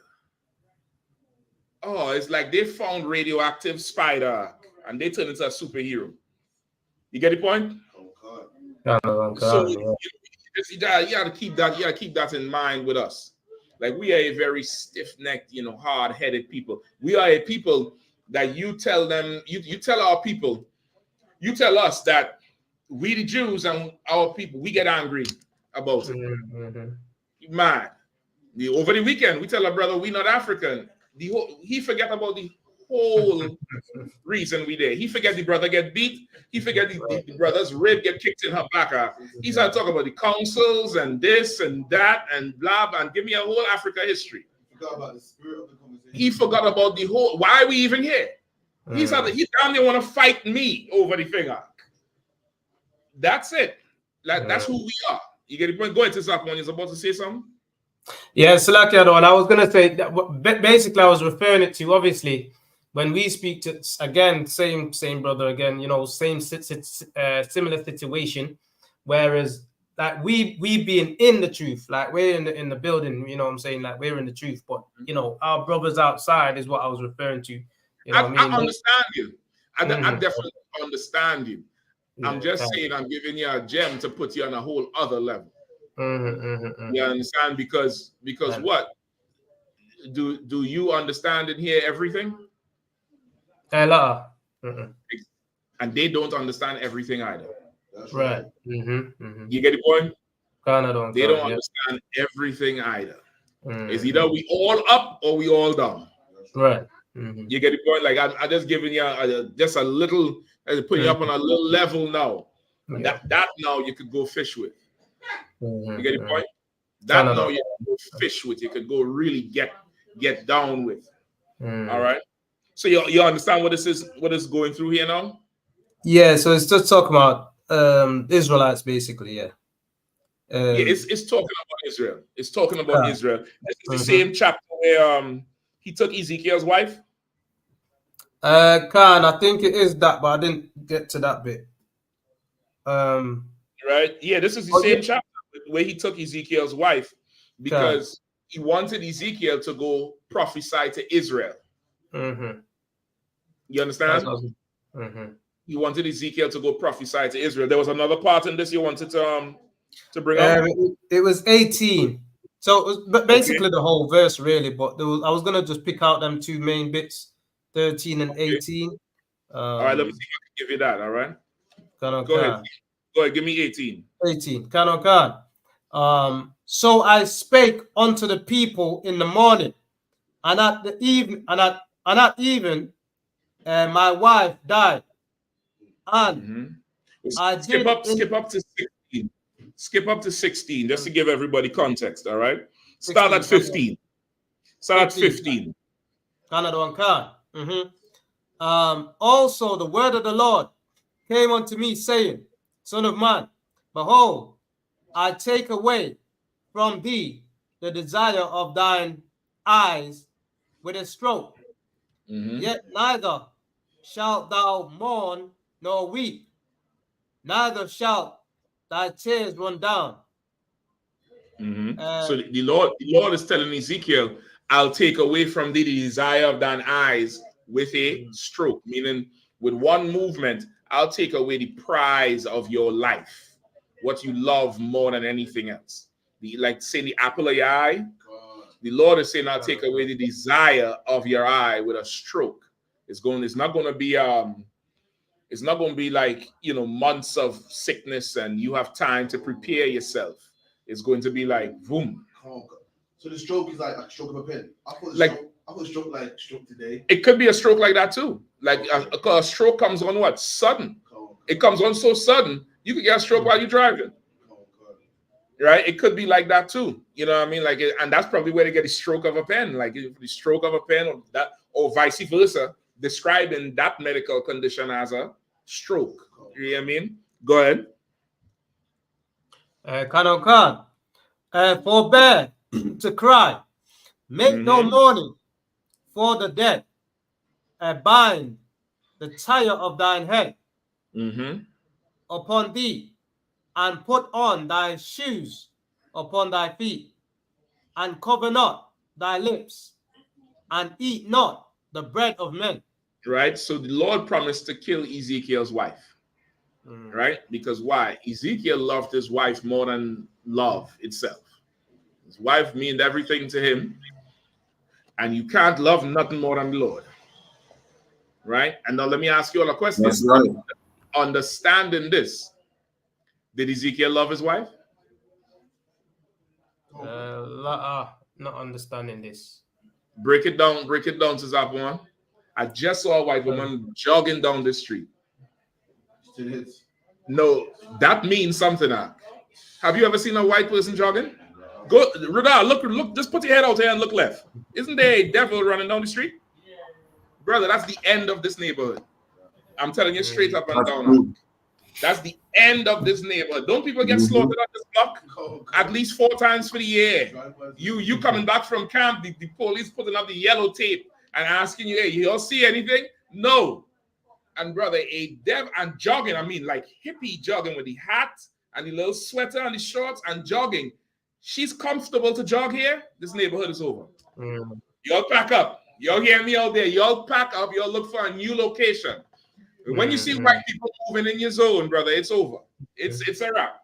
I'm telling you, all you got to see now is some devil with flip-flops walking one of them little mini dogs. You see that outside there? Oh my God, it's over. That shit was such like a, it's like seeing a pig fly. That's why I said just saw a white woman walk. Seeing somebody like that jogging here. Come on, that's it. Right. I mean, you probably had to know the area. You brothers know the area. Where the hell you jogging from? Brother, it's over. You see all this what you are enjoying, the pits outside, the music. Yeah, what's going on, Bridget? Yeah, manners. Manners over, nigga. It's over. That's right. Get ready for pumpkin spice lattes. It's over. God damn, man. That was like a revelation right there. What? Like it caught my eye so because it's out of place. It's absolutely out of place. It's like, give me the white area in Birmingham. Goldfield Mosley. You go there and start walking around. What's going to happen? He's going to pull up and say, what's you doing in this neighborhood? Huh? Because somebody would call because you ain't supposed to be here. That ain't supposed to be here. That's right. That's ridiculous. I mean, goddamn. Shit. You all know. I gave you a fair warning. And then Commander Yahanna raised me right. He showed me the signs. You see that, pack up. Start. Don't be the last to leave the block. Right? So like the other one. Same with Manchester. Like when they gentrified the place and they started to build up a place called Hume and all that. That's what you started to see. Like, you know, heathens able to walk around now. Now you see 2 of them holding hands, you know, 2 LGBTs holding hands now, walking in them little dog, like you say, and the place is finished, man. Finished, that's them declaring that this is mine. Like a dog pissing on a hydrant. That's them declaring that, you know, it's a matter of time. Y'all, you know, listen, you're gonna start seeing them walking when class is over. 9, 10 o'clock at night. You're going to see them walking when normally people is not going to be walking because of the area. It's crazy. So now, understanding that is up and break it down. Did Ezekiel love his wife? Oh, Salakia, yeah. Understanding that now, then no, because no. Because what would he have done if he loved his wife? He would serve the Lord. That's it. Like, people in the world think the opposite. People in the world think, okay, you love your family, you love your kids, you love this, you love that. When in reality, understanding life, If you love your children, you would obey the law. If That's you love right. your mother ain't your mother, your father. They ain't got to be in the truth. They ain't got to, love what you love or understand what you understand or live how you live. But if you love them, you would serve the Lord. You would serve the Lord. You would go to camp. You would come in here and change your life. Your sisters would come in here and buckle in and help the truth. Cook, clean, help brothers braid their hair. Everybody should be paying their tithes. You would come and serve the Lord so that the Lord don't kill somebody who you love. Because that's who the Lord is. The Lord is not that some sissy, man. The Lord is what you would call a gangster. You would be like, damn, he ain't got no mercy. No, he ain't. No, not even what you thinking of. He's not that type of person. If you really love the Lord, you would do what he say to do. That's right. You would obey him. You would serve him. You would be gung-ho about what he wants so that your loved ones would be safe. You get the point? You would do that. All right. So here the Lord killed Ezekiel's wife and he gave him instructions. He said, you will not mourn or weep or shed tears. He forbid Ezekiel to even cry. It's rough. That's rough. Since you read about a brother losing his daughter, you down here wanted to cry. You thought he killed her. You was going to cry for a story. Imagine if this is your own child, right? Go ahead. My parents beat me and say, "Shut up, man." I thought that was cool. I'm gonna not cry. Don't say the same thing. Right. What does he say? He say, make no mourning for the dead. Bind the tire of thy head. He's saying, put that mitre on. That's what a tire is. And put thy shoes on thy feet. And don't cover your lips. Meaning, go out to camp and don't, just because you in mourning, stand on post and say you ain't want to speak. That's the evilest thing. And that is a demon. I'm going to tell you straight up. Sometimes some shit could happen to your brother. And you don't want to speak because you effed up over it. You wrecked out the frame over it. Go up there and explode on the mic. Go up there and let it out. Let them have it. Because guess what? Israel is in pain just like you. We're not different. And somebody in the crowd might need to hear you say what you say. Somebody who's at camp might need to hear you say that to be like, damn, that's exactly how I feel. And you see them, they're a little far off, sitting on a pot somewhere, leaning up on a wall, and they just listen. They're listening for 3-4 hours because you talking to their soul. You talking to their very soul. And we are people, sometimes we can't articulate how we feel. We can't articulate what's going on with us. And then somebody says it. And it's like every fiber of your body comes alive because it's saying what you've been wanting to say. You just didn't know you wanted to say it. You get the point? Go ahead, you was going to say something? Yeah, I remember I was younger in the truth for that. The comment was messed up, man. I called you like, yo, I don't. The Friday ago, listen, I don't. You called me? Yeah, that was a mistake. I was like, I don't know about that. You should not go up here. I was like, can I get an excuse to stand down tomorrow? In my mind, I was like, I'm gonna lay out to you. The shit is so it makes sense. Of course, you're gonna say no. Yeah. He's like, yeah, this is why you gotta go out, man. You know, I have to go. I probably was young in the truth then. I would have said, you know what? I was gonna give you the day off, but being that you tell me you're in pain, and I really fuck with your mind now. Nah, brother, like you don't understand. The podium is medicine for you and for Israel. So, like, Hakeem, you was gonna say something? Kadwan Khan. So I was just gonna say how the Most High dealt with Ezekiel just reminds me of how black people's parents deal with us. Get beaten, shut up, don't cry, and carry on doing what you got to do. You know what I mean? So the traits are very the same as how we get that part. No, that part is different.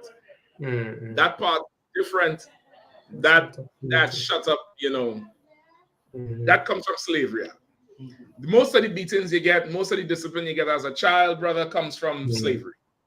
You get it? Right. Even if you would go in and pick a switch, what the fuck we talking about, really? You get the point? Most of that comes from slavery. You get the point? Right. This year is different. This year is different. This is, The Lord is saying, because if you're mourning, you can't go. If you're sad, you can't speak. If you're crying, how are you going to speak? You just lost somebody. Most people need a year to recover from a relative that close. The Lord saying,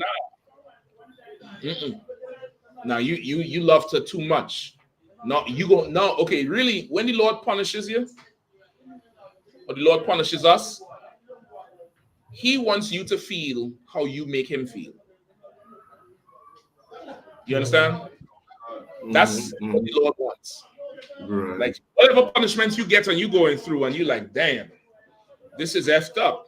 Blah blah blah blah blah. That's how you've been making Him feel. Concept. So he's teaching you a lesson. Right. So the difference is what you're saying, Salaki, is the difference is that those beatings that we got as children growing up was from slavery, and the difference is Ezekiel loved his wife more than well, Tizapon broke it down now, but he was mourning basically. So it's a kind of difference, mourning and beatings for something that you haven't done. So just look at it like this, right? Your parents did the best they could with the little they had, and most of it, you know, if they had what you had, it would, you know, they wouldn't have handled you the way they handled you. They wouldn't have handled us the way they handled us. You get the point? Okay, Everybody can remember some instance or few instances, or on the regular is like, yo, what the hell is wrong with this person? They did the best they could. We're talking about the Lord's judgment, which is different. The Lord's judgment is His judgment, and it's right because He's seeing everything that's going on. He's seeing what you're doing. You get the point? Parents could get it wrong. You understand? Which is why in here you start calling for counsel with your kids. The first thing they would tell you, the generals always would tell me when I was young, first start having kids, is like, don't discipline them when you're angry. Because number one, they're kids. Their body can't take it. You're going to be hitting them like hitting a man. Their body can't take it. And number two, it's the action of discipline the kid is like a release for your anger and not more based on the punishment. You get the point? Okay, so you don't want to do that. And everybody in here, show your hand if you get angry ass beatings before. Just straight up angry shit that you just like, what the hell? All I did was like you get some old trembling ass beatings out because your parents is frustrated from being in the world. They're frustrated. They come home, they're angry, they're working hard, the bill's not adding up, something happened. You all have school uniforms up here, right? You all remember writing on your pants or your skirt? Right, you had a gray or a brown pants, and you just take a pen. You ain't thinking. You just in your own mind, and you draw some design on your pants that costs how much pounds to make and carried by the seamstress to sew and whatever else. Oh, brother. You'll get beat for that pants. You're going to grab a piece of paper and some soap while you're getting beat and start to rub the pants out. Because you're trying to save your ass.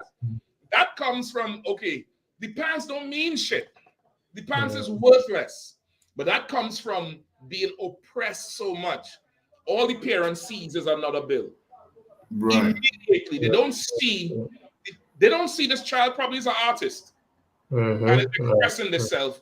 Might be conflicted and just, drawing. All they see is another bill.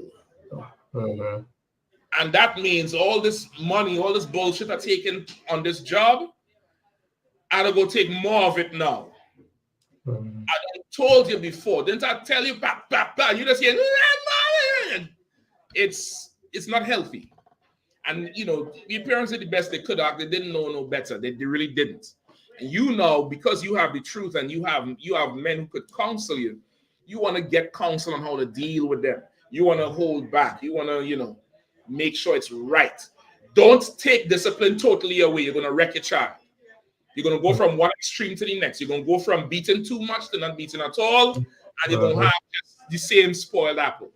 You want to be tempered. You're going to be able to communicate things to the child. You want them to understand this is punishment. This is what you get. Consequences versus they're just angry.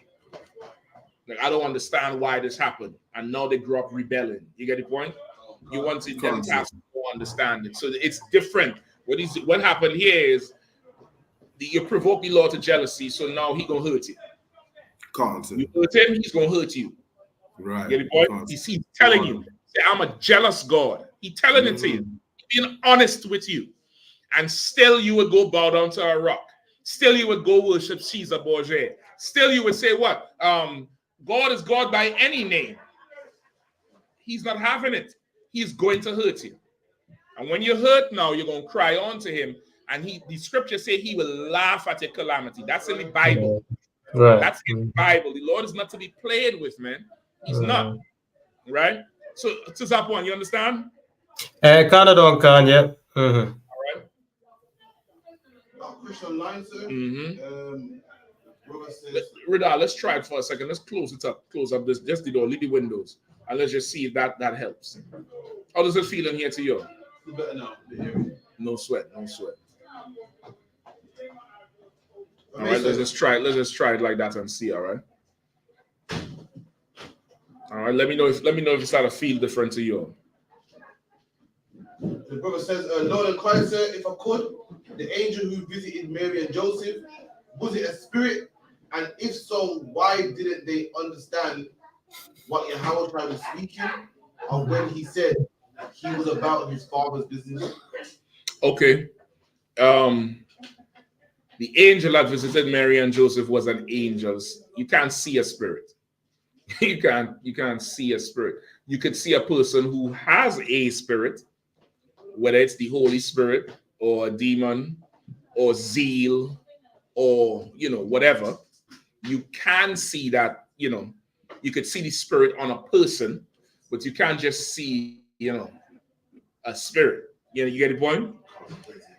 Say again? You see zeal in the person, but you can't see the zeal. You can't see the zeal. Without the person, there's no zeal to see. There's nothing to see without the person. You get the point? You got to see, or you see their works, whatever they did. You could look at them and be like, okay, person had some zeal. So the angel that came to Mary and Joseph, I believe is Gabriel or Gabar Allah, which is no, not Gabar Allah. Is Gabar Allah? Gabar Allah, right?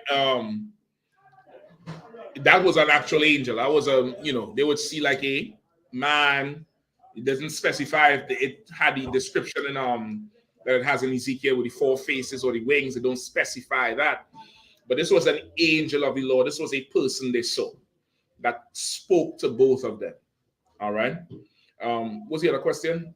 He said, basically saying, if they knew that Christ came from the Most High, then why would it complex when they said, I'm about my father's business? Okay, who's the person who asked it? This is I.S.U.P.K ban Yahanna. I.S.U.P.K ban Yahanna. Do you have children? Just answer. Sputkan or la'a. Right. Also, get me the scripture where Christ was in the synagogue debating with the doctors and the lawyers.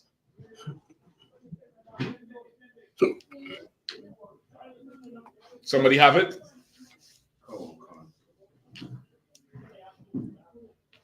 All right. Did the brother answer? No shit, sir. Okay. After 2, we had to get into this thing with the riots, with the UK riots. Boy, this is a real good time for you all to be living. Then let me start off. Cap, let me know when you have it. All right. Let me start off first with saying, start buying 2 cases of water instead of 1. For every 1 you drink, put 1 in storage. Find a place in your house. You all don't have basements here, right? I got basement. So some houses have basements, right? Clear a spot in the basement.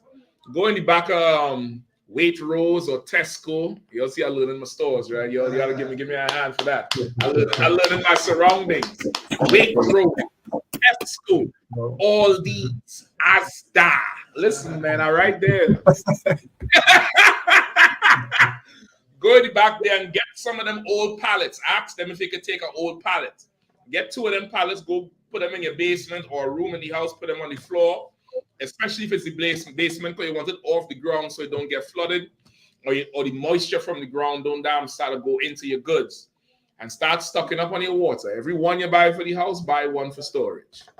Every toilet paper, you need to buy that shit. I'm telling you straight up. Every pack you buy a pack for the house. I'd advise you go to them warehouses. You all have Costco here? Costco, I don't think the other stores have them big, 36 rolls. They don't have them in them, regular Aldi's and stuff, right? You'll go Costco. You'll get a big pack of toilet paper. The pack big about this table, like 30 or 40 rolls in it. Right? Start buying those, stocking them up. You know what I mean? But of course, within your budget, what you could afford. But at the same time, you probably want to cut back on some pleasures so you could buy for tomorrow. You get the point? You start to buy, some canned food that would last. You get the point? Because, brother, it's looking like a time is coming. That's what it's looking like right now. It's looking like a time is coming, brother, where you ain't gonna be able to go in the streets no more. And goods ain't gonna be coming in. You know what I mean? You might wanna, I don't know, this legal? This legal for your house? For your house, you could have this? You might want to see the brother and get a few of these. This is excellent right here. I'm telling you, something is coming to this place that you're not ready for. Something is coming to this place that we are absolutely not ready for.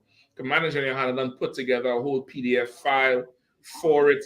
Contact the camp leader in any city you're in to get it. I mean, everything from medicine, certain medicines to have, band-aids to have, knives, certain feminine care, of course, feminine care products for them sisters.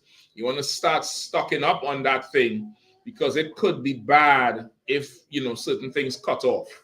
Because it's not looking good, bro. It's not looking good out there. Right? What's the scripture also?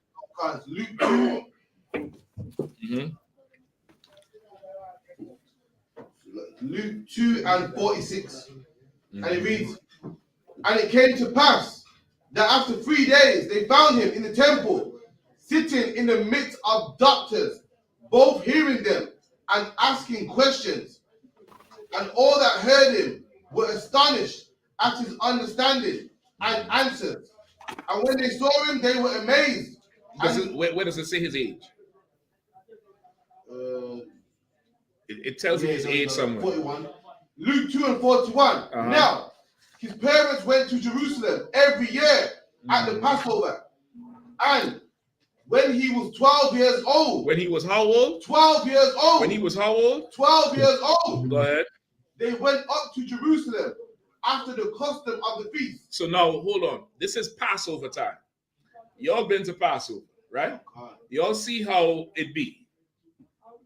Now imagine, whatever city we go to, the whole city is there for Passover. You get the point? Just imagine the whole zone, the airport, everybody there for that. The hotels, all the hotels is packed up. That hotel we was in last time, I think we was in the entire hotel. You get the point? Everything is past the car rentals. Everybody's Passover. Keep going. Verse 40. And when they had fulfilled the days, as they returned, the child Yahushua tarried behind in Jerusalem, and Joseph and his mother knew not of it. So now, you gotta understand this. Did Elazar respond? He said, Khan, he has children. Yeah, children. All right, Elazar. So I ain't gonna ask you how old the kids are, but let's imagine you have a 12-year-old son. And at this time, this is your only son. And this is the son, an angel came to you and tell you this boy is going to do some shit that nobody ever see, and he going to be the answer to the people. And you leave in the Passover. You all left Passover before, right? You all finished Passover, done. Everybody hugs, kisses. Cars take you out to the airport, right? All of you all in here. Just imagine you can't find one of them kids. You're in the airport. You're walking to TSA. Can't find none.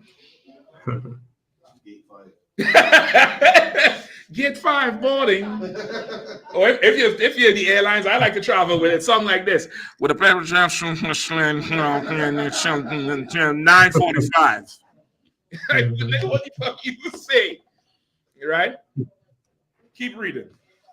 But they supposing him to have been in the company, went a day's journey, and they sought him among their kinfolk and acquaintances. Now, that's typical for Israel. Just think about it. You go to some fun fair or some, day party, or you don't have blockos no more, right? That's old school. Blockos, like you like how this street is here, is one way, and it's like a side street. They'll block off the top, block off the bottom, speakers out, and it's just like you'll still do that. What you always call it? You call it block party. Block party. In Trinidad, they call it blocko. The old school would call it blocko because it's blocked off. You don't have blocks with block party. No, we're not. It's not because you have blocks. It's that it's blocked off. Oh. You block off the cars from coming through. So imagine something like that, and everybody around the whole zone. If you can't find the kid, it's like he's somewhere playing. That's in your mind. So there's like they assumed he was in the company, meaning where you at verse 40. Supposing he had been in the company, meaning in the whole crew that moving. They say, well, he a young boy. He's 12. He's a boy. He's 12. Of course, he don't want to hold mommy hand. He want to run and tumble and, do what boys do. They say, well, he in the company. So we ain't sweating it. Just think all family. Everybody living in the area, family. So they say, well, he in the company. So after they're acquiring from their friends and kinfolks and everybody they know, hey, where Yahushua? You see Yahushua? Where he at? Go ahead. Oh, God. And when they found him not, they turned back again to Jerusalem, seeking him. And when they ain't find him, they's like, we had to go back to Jerusalem now. We had to go back and find him. I just think, okay, even now it's scary to think about, but just think of a time where you ain't even scared. You lose the child. Oh, he in the company somewhere. But that's also the UPK.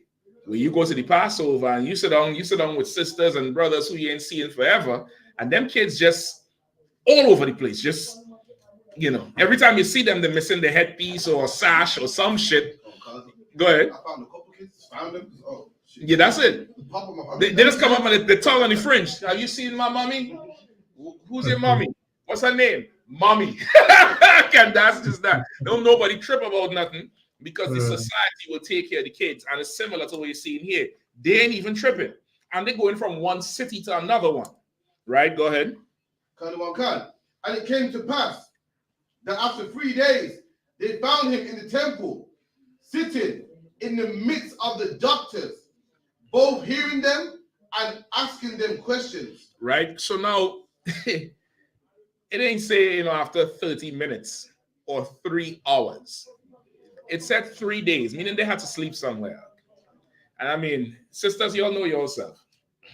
Y'all ain't sleeping. Y'all talking shit. Mary probably talked so much shit to Joseph that night. Joseph probably asked the Lord to send the angel to talk to Mary. She probably was losing her mind for her boy. You get the point? Oh, God. And then after 3 days, they find this nigga in the temple arguing with adults. You have to understand it from that point of view. Joseph and Mary was not in the truth. They were parents who was privileged to bring forth Christ. But they was not in the truth. They didn't understand this thing. It's like most of your parents, they'll come in, man, listen. One brother, I ain't gonna call his name. One brother, not in this school though, not in this camp of me. But I know a particular brother. We were looking for a certain thing in the area, and this he had a relative who, she deals with stuff like that for her slavery. And, he put her on to me, give me her number, and I'm talking to her about letting her know what it is I need and stuff like that. And, she's like, listen, I don't believe in nothing y'all doing. I don't believe. First, she asked if we parted in purple faggots. And as soon as I said, hell no, she said, good, because I don't like them. Give her a hand. Right? Then she said, I'm Christian. And no, because it was somewhere around Christmas time. So she said, Merry Christmas. I said, well, sis, I don't celebrate Christmas. You know what I mean? I mean to offend you, but I understand. She said, well, listen, I don't know what y'all believe in, and I don't really care either. I don't like y'all. I don't, meaning like how we operate and stuff like that. She said, but my relative, so-and-so, I'm calling him by his slave name, been a knucklehead since 2000 something. And I given up on him. I talked to his parents, I given up on him. But I seen if you're responsible for how he is now, call me for anything y'all need in the area. That's what she said. She said they didn't believe he could turn around. And this brother done been through everything you could think about, up and down.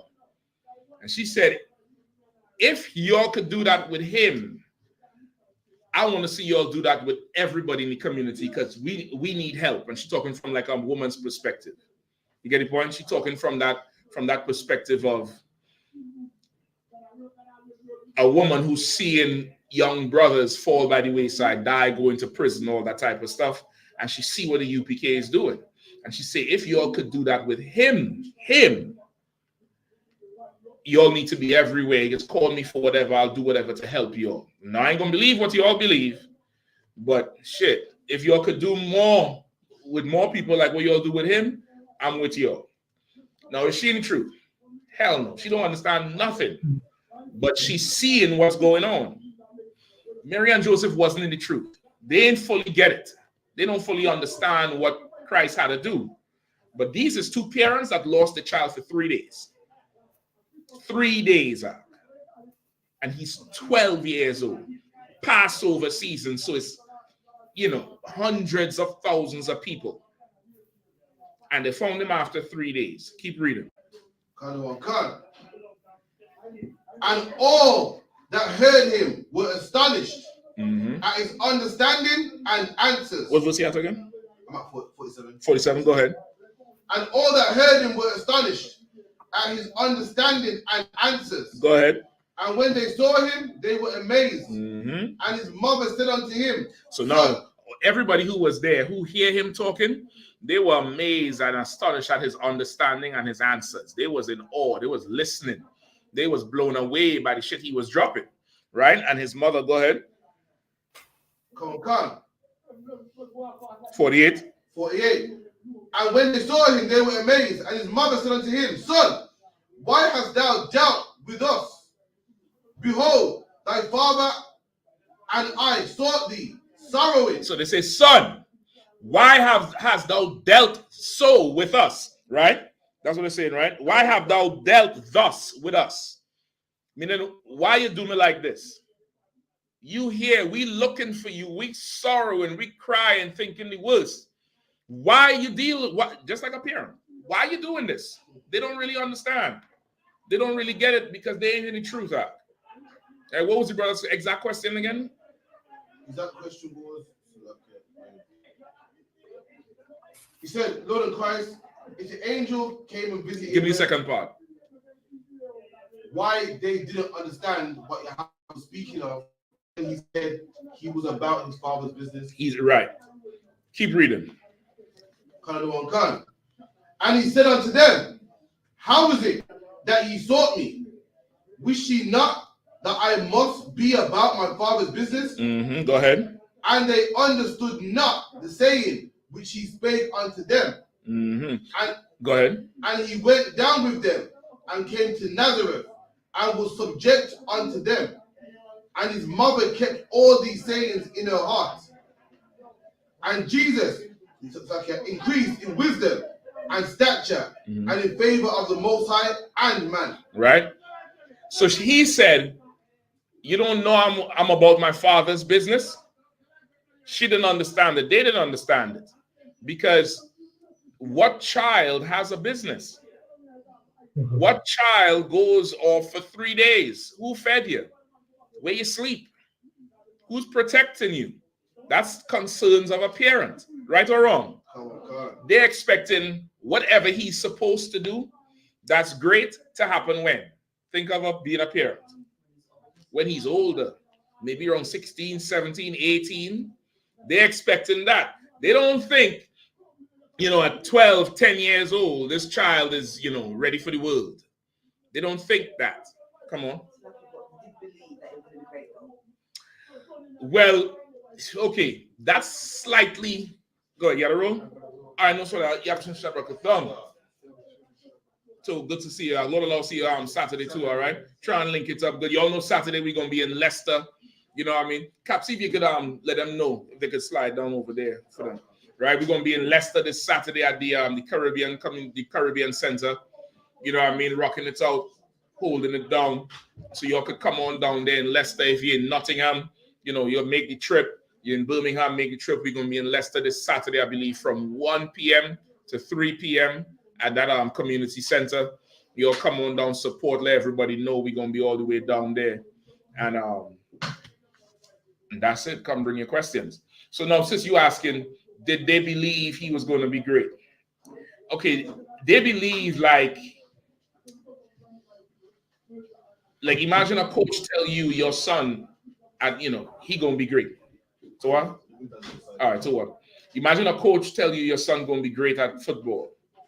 Do you think that, Real Madrid don't sign him now? Nothing if wildest dreams, right? Ever, right? Look up for me Lionel Messi. Everybody know Messi, right? That's a devil. He ain't no brother. He ain't no Argentinian. He's an Italian. But that's what's coming to mind now. Look up when he signed for Barcelona. Look up the age he signed. What does it say? You can just go to his profile. Rob, and see if you find it for me. You find it? Yeah, it said Leonardo. How old was Messi when he joined Barcelona? 13. 13 years old. That's when he signed for Barcelona. You get the point? He was from Argentina. Everybody had to move. Now, there's tapes of him playing for, youth league. And he was good.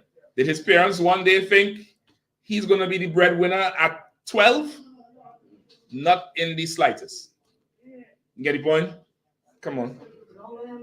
The angel told his dad that it's going to be, Mm-hmm. Because he said it wasn't the truth, then what made him believe that then? Because it's something standing in front of you out of nowhere. Okay, if you in your house, and let's say you pregnant, you pregnant, and you worrying, everybody remember the first time they get pregnant, right? The sisters. Brothers too, right? You ain't want to tell nobody, you're scared, you're wearing all the big clothes. You know what I mean? Just think that part. Just remember that part where it's like, oh boy. Just right in that moment. Them first few days or months or however it took. And then you sitting in your room and you thinking about it. And somebody just sit in the chair right next to you and lean forward. Hey, don't worry about it. That child is of the Lord. That child is of the Holy Spirit. Don't even sweat it. What are you going to think?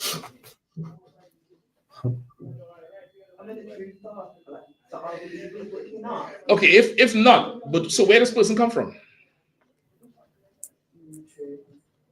Where the person come from?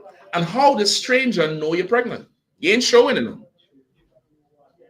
Even if it's a brother, nobody know if he, pregnant. When I say pregnant, meaning he is expecting. This angel come and said, this is what's going to happen. Come on. With them, like they'll go Passover every year. Mm-hmm. That's what they did anyway. You say not the truth, but it's something they did anyway. Okay.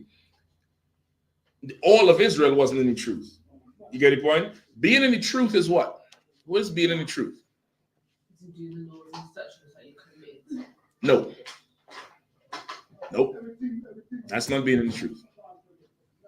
The spirit of the truth.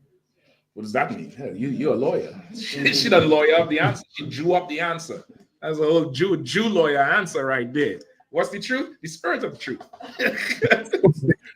If I could, go ahead, Robin. Is it it's rare. It's rare to be in the truth. You are not a lawyer in training. Robin just come there. He's a junior prosecutor.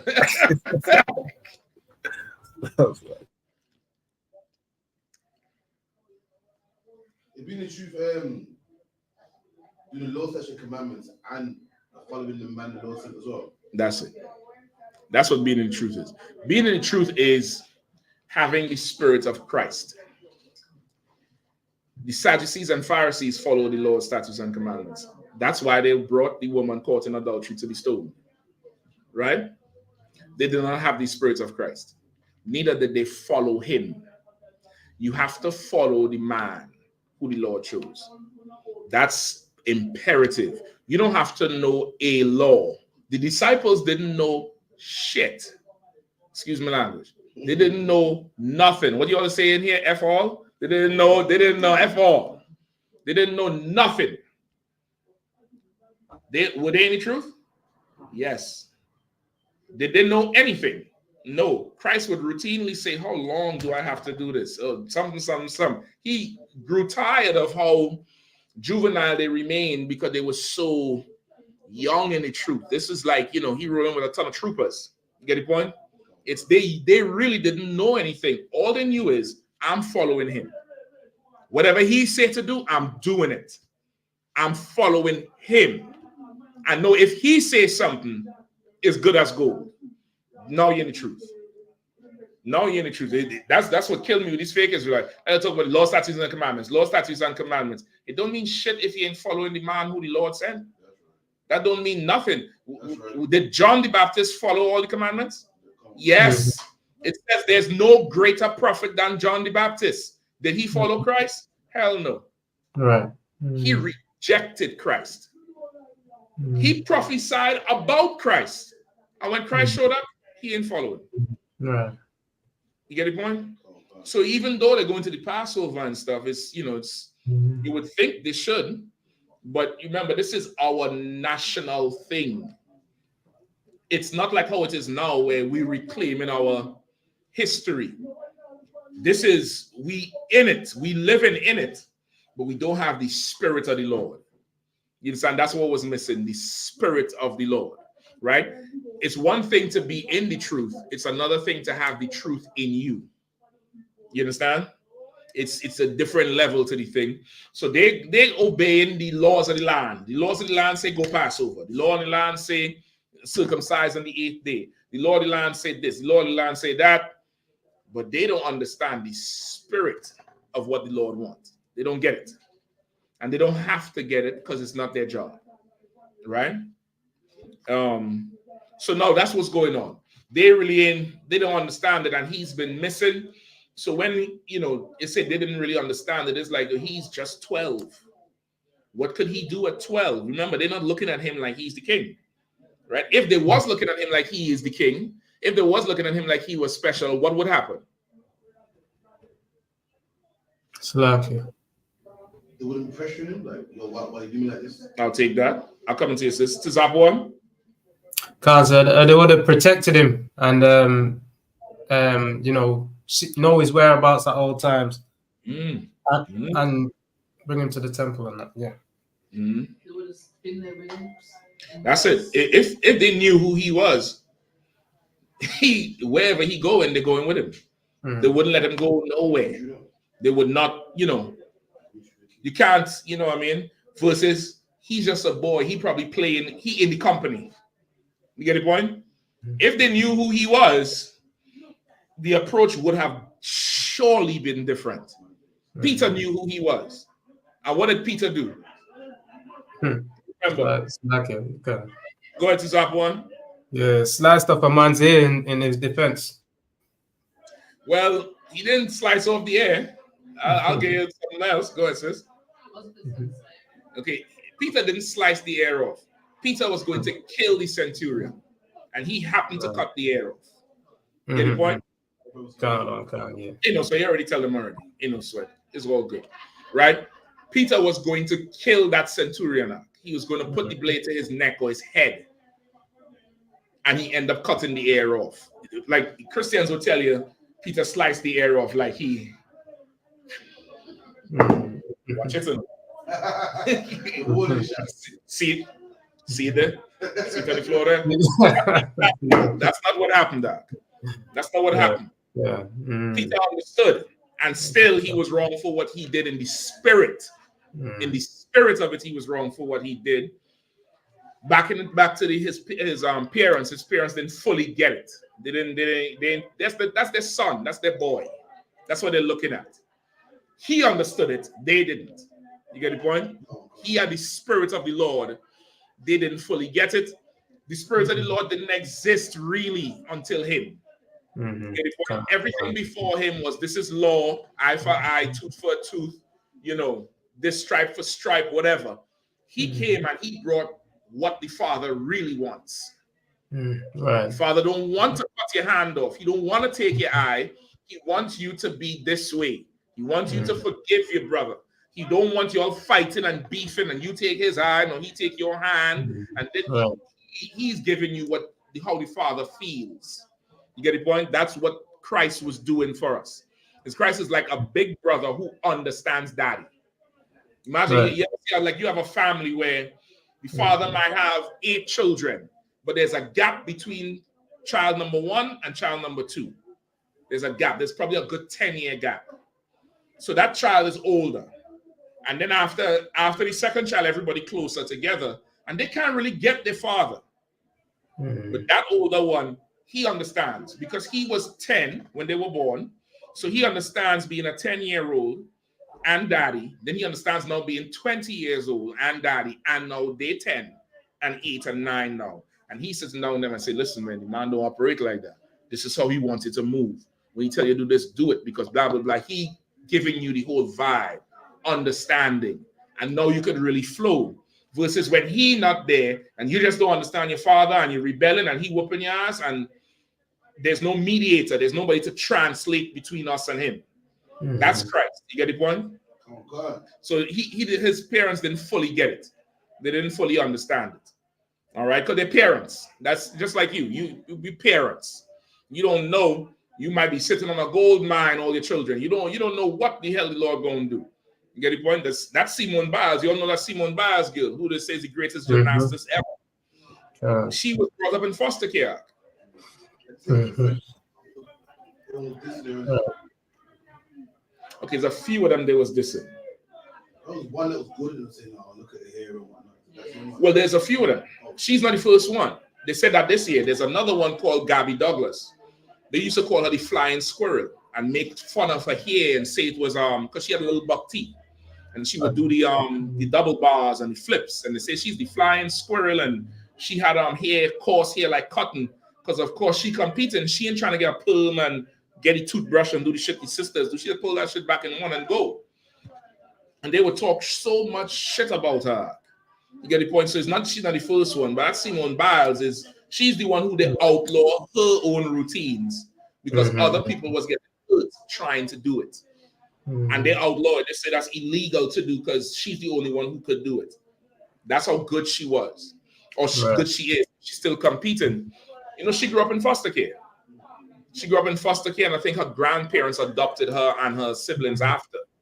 Right. You think if her mother knew this was the future greatest gymnastess ever, and her father, that they would have split up and go separate ways and get hooked on drugs?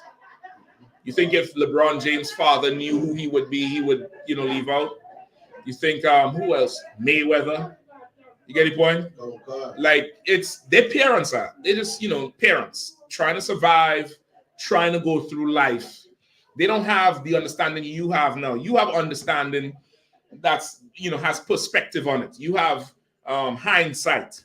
You understand the whole picture. They're right there in it. Going out the house, seeing Roman soldiers, knowing about Caesar and tribute to Caesar, and you got to pay tithes and tribute to Caesar. That's where they are. They don't understand all this that he gonna do. They're not even thinking about that. This is just a boy, and he's a good boy. That's what they know. Like this young brother here, he good. He's good. And shit, forget about it if he's actually doing miracles around the house. Who knows if he was doing stuff around the house we don't even know about. You get the point? They just didn't understand it. They didn't get it. And he's so young. All right. And this instance here, where they went to him in the temple, this instance here is you have to understand the anxiety that goes with losing your child for 3 days and then finding him and he say, I'm about my father's business. You're going to be like, yo, what you talking about? What you talking about? You get the point? That's what's going on with them. You got to understand the reality of it. You got to understand, put yourself in the reality of it. You'll see. Don't be spiritualist and don't be, what's the word? Not spiritual is what I'm looking at. Almost like superstitious, like, well, this is a holy child, so this is supposed to be holy. Don't look at it like that. Joseph had physical sex with Mary. This is a physical baby, and he missing for 3 days. Nigga, what the hell you talking about father's business? Your daddy there. Right. Just think, reality, right? So I hope you understand that, Isla. All right, good. What time we have? We after 9? Damn, let's get a little bit of this thing here. Okay, so boom. All right, so boom. What we have? We have Slack, says, go ahead. I had a question about the rights. I'm going into it. Come on with your question. Well, I'll break it down, but I'll shorten it a bit. Give me 15 minutes on the time, man, please. I just said, are the reason for the riots happening because of the white man in power? So where he's like spreading misinformation about immigration for his own problem. So is it that the white man has spread information saying that these immigrants they're they're violent and they're taking our jobs, X, Y, Z, when in fact it's because of capitalism, and it's in fact the fact the white man, he's the majority, so he's the one that spreads, he's the one that does more violence, he's the one that has messed up the economy, isn't immigration. So is that the reason for the riots at the moment, because of the white man? Okay, come on. She's a child of immigrants. She's a person. Okay, you're not a child of an immigrant. No, both my parents were born here. No, even if you were the child of a slave. That's right. You understand? Give me uprisings of the people. I think it's in the Apocrypha. Right? You're the child of slaves. All right? It's different, with being the child of the immigrants that they're talking about. All right? Okay, so you're saying, is it him spreading misinformation and what else he said? Because how these to start, because I read a lot about them, was the stabbing with the 3 young girls that happened in Stoutport, and then someone had said, oh, it's an immigrant that did it, and then obviously all the ignorant white people come out. But it wasn't even an immigrant, and with all what they're saying, oh, we want our country back, and we're scared for our kids. The statistics is that the white man's the highest in domestic violence, is the highest in molestation. He's the one that does it the most. So why are they angry at immigrants? So are they using like immigrants as scapegoats? Okay. You have to understand the complexity of this. First off, you just came out of an election in UK, right? You had Rishi Sunak, who was last prime minister? Right? Rishi Sunak had this whole scheme, even the way how they say it, scheme. They don't even say policy or nothing. We have this scheme and that scheme, and a scheme is some old nasty plot. There's some scheme where I think there was is either 120 million pounds or 240. Somebody check it out, with the Rwandan government, where they was going to deport the illegal immigrants coming on the boats from mainland Europe to Rwanda. And they was going to pay the Rwandan government to build infrastructure and buildings and hospitals and employ people to take these immigrants, right? But of course, that's taxpayers' money. You got to remember 8 years ago with Brexit, the whole argument with Brexit was that England is spending way too much money on non-English. Way too much money is going on non-English. We're going to have the Brexit so we can have more jobs and more money for the local people, right? So now you have a government who a year ago, was it a year? When Queen Elizabeth died? A year, last year? 2 years ago. 2? I remember. That was last year? No, it was a year before. You're right. 2 years ago. Damn. Bitch, that's all. I think it's 2022. I think it's 22. Remember, they spent something like 400 million or something like that. It was just the whole burial thing, the whole thing from, the body going to Edinburgh and the gun salute and the, everything cost a rack of money. And people was against it. Now he come, and of course, he's not considered what? English. He's considered what? Oh. An immigrant. He's considered an immigrant. You get the point? That's what he's considered, an immigrant. You have to understand the white man's code words, and Britain is very skillful in vocabulary, extremely skillful in saying certain things. They're so skillful. You think this is about immigrants. This is not about immigrants. What is this about, sis? I was like ignorance. No, this is about race. Immigrant means race. When they say immigrants, they're saying non-white. That's what they're saying. Because why? I'm sure you could find crimes of Irish people, and let me say Irish because Irish is part of the UK, right? Come on. You may have crimes done by Germans or Frenchmen. They would not say an immigrant because he's white. This is about race. That's what they need to understand. And the immigrant they're talking about right now, the specific race, is, I want the right answer. Okay. Yeah. Go ahead, stop one. They're talking about blacks and Indians. No. Like blacks and Indians. No. Okay. It is him, but I wanted to say that's the way to drive the point. Come on, sis. Good, sir. No. You're right, but you want to say it a certain way. If I could, I'd one. Go ahead, Robin. Muslims. No. The race they're talking about is not us. That's what you want to say. That's what you want to understand about this shit here. And you should celebrate. That's my brother LaFroggin. Let me pour some more of this LaFrogger. Because for once ever, there's knife crime in the country, and it's not us. It's not us. Thank the Lord. Listen, give the Lord a hand. Thank the Lord. My heart goes out to the parents of those kids who were stabbed. That should never happen to nobody. As a parent myself, I cannot imagine pulling up to a daycare or some dance studio or some football match and my child is under a blanket. So the whole block had to go at that point. Everybody who there, if anybody can't give me no answers, I'll lose my damn mind.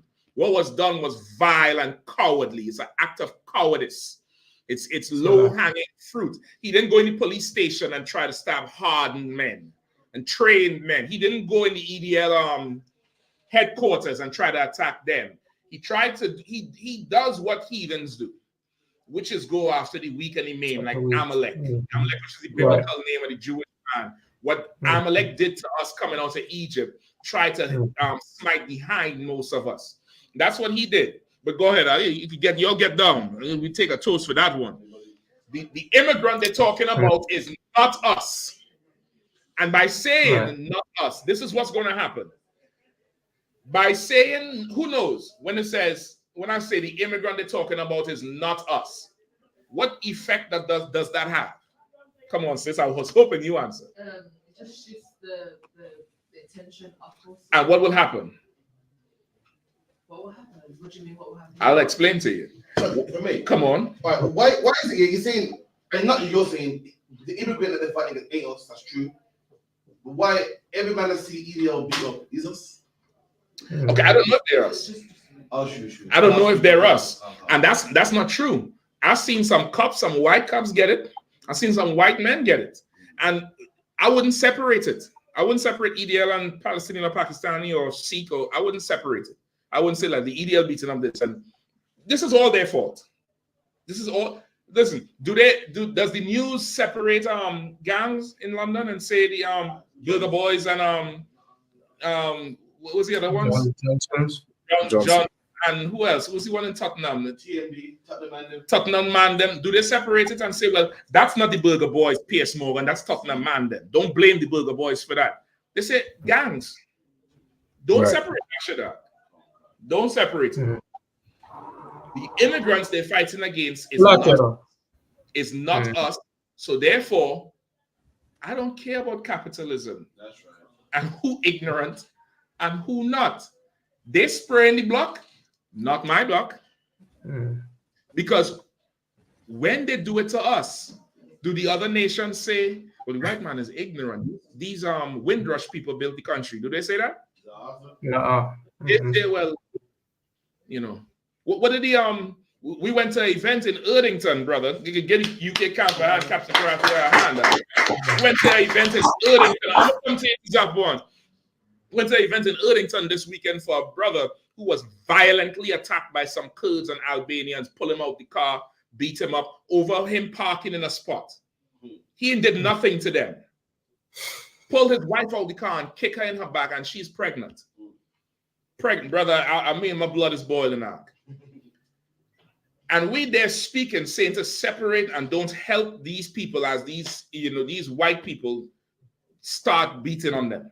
Don't help them, don't step in, don't intervene. Brother, the comments is saying, well, if you want better treatment, tell your people don't rob our stores. That's what they said. Right.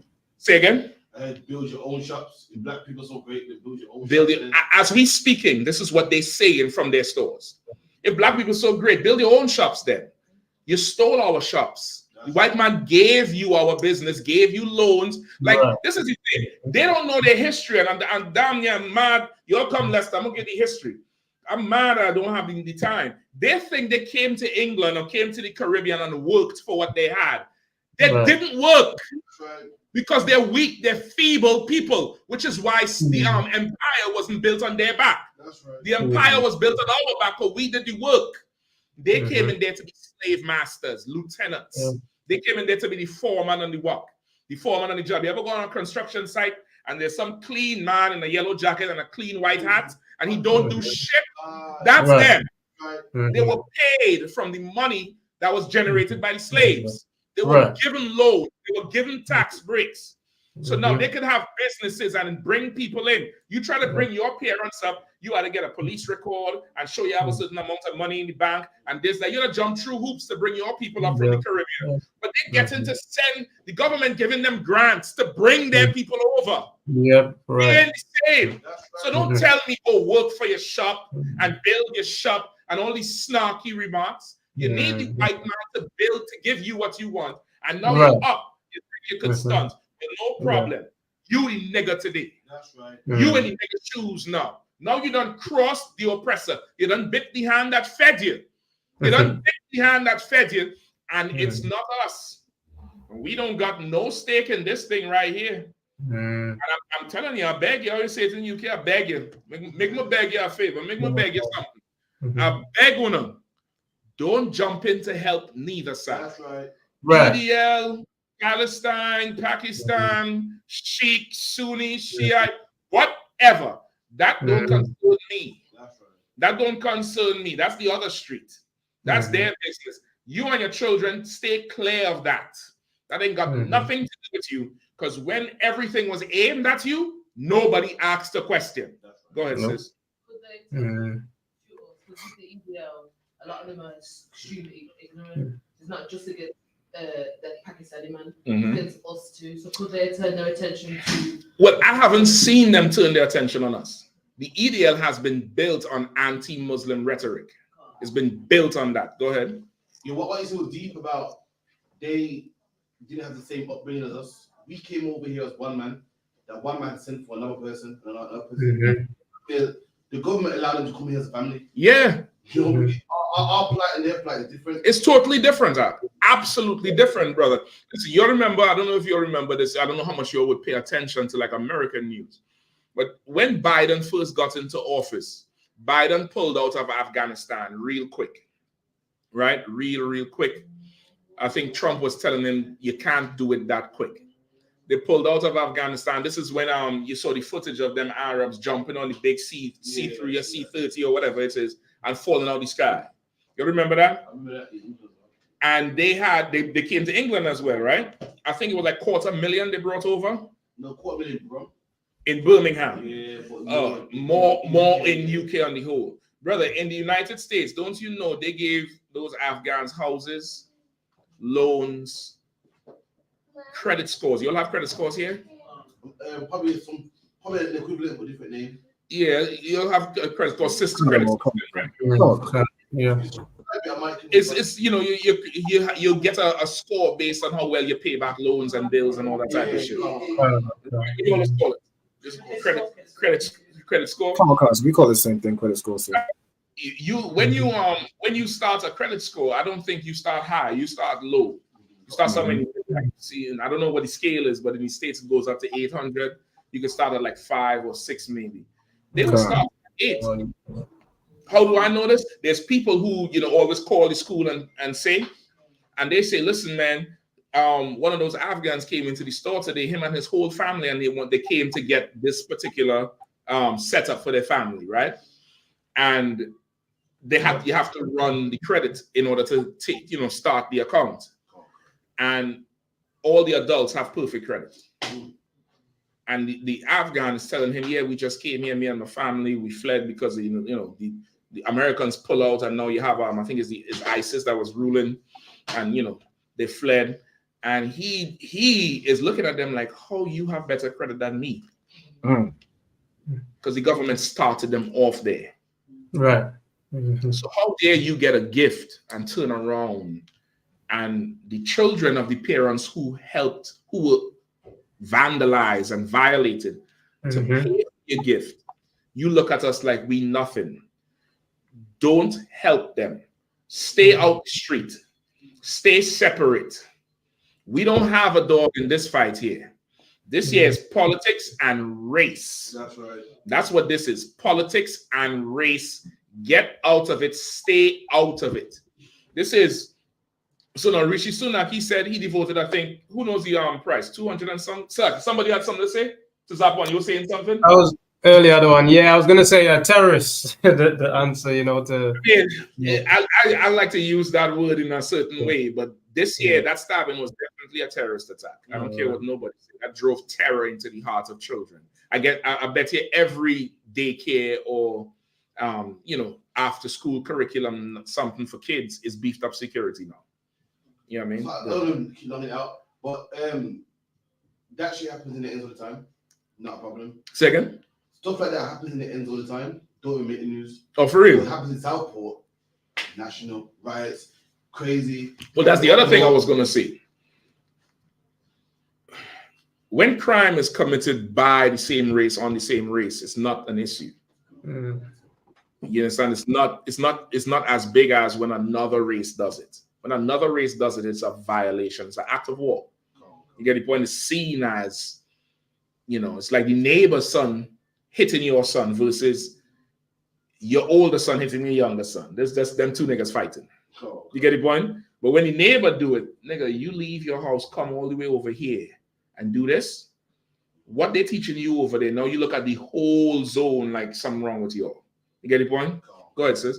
Like, was it a white man the other day that had a machete and killed, I think she was a heathen, as a 15-year-old girl on the bus? I don't know, you gotta bring it up. Where that happened? It was in England. I'd have to Google it, but it literally just happened. She had a funeral, but they say it was a madman. And he was white. He was white. And the girl was white? No, the girl was, she was a heathen. I think she was like African. But nobody went to riot about that. It was just like, oh, okay. Because the victim is a heathen. And they probably started rioting, but they keep it quiet. That's another thing. England quells a lot of the media.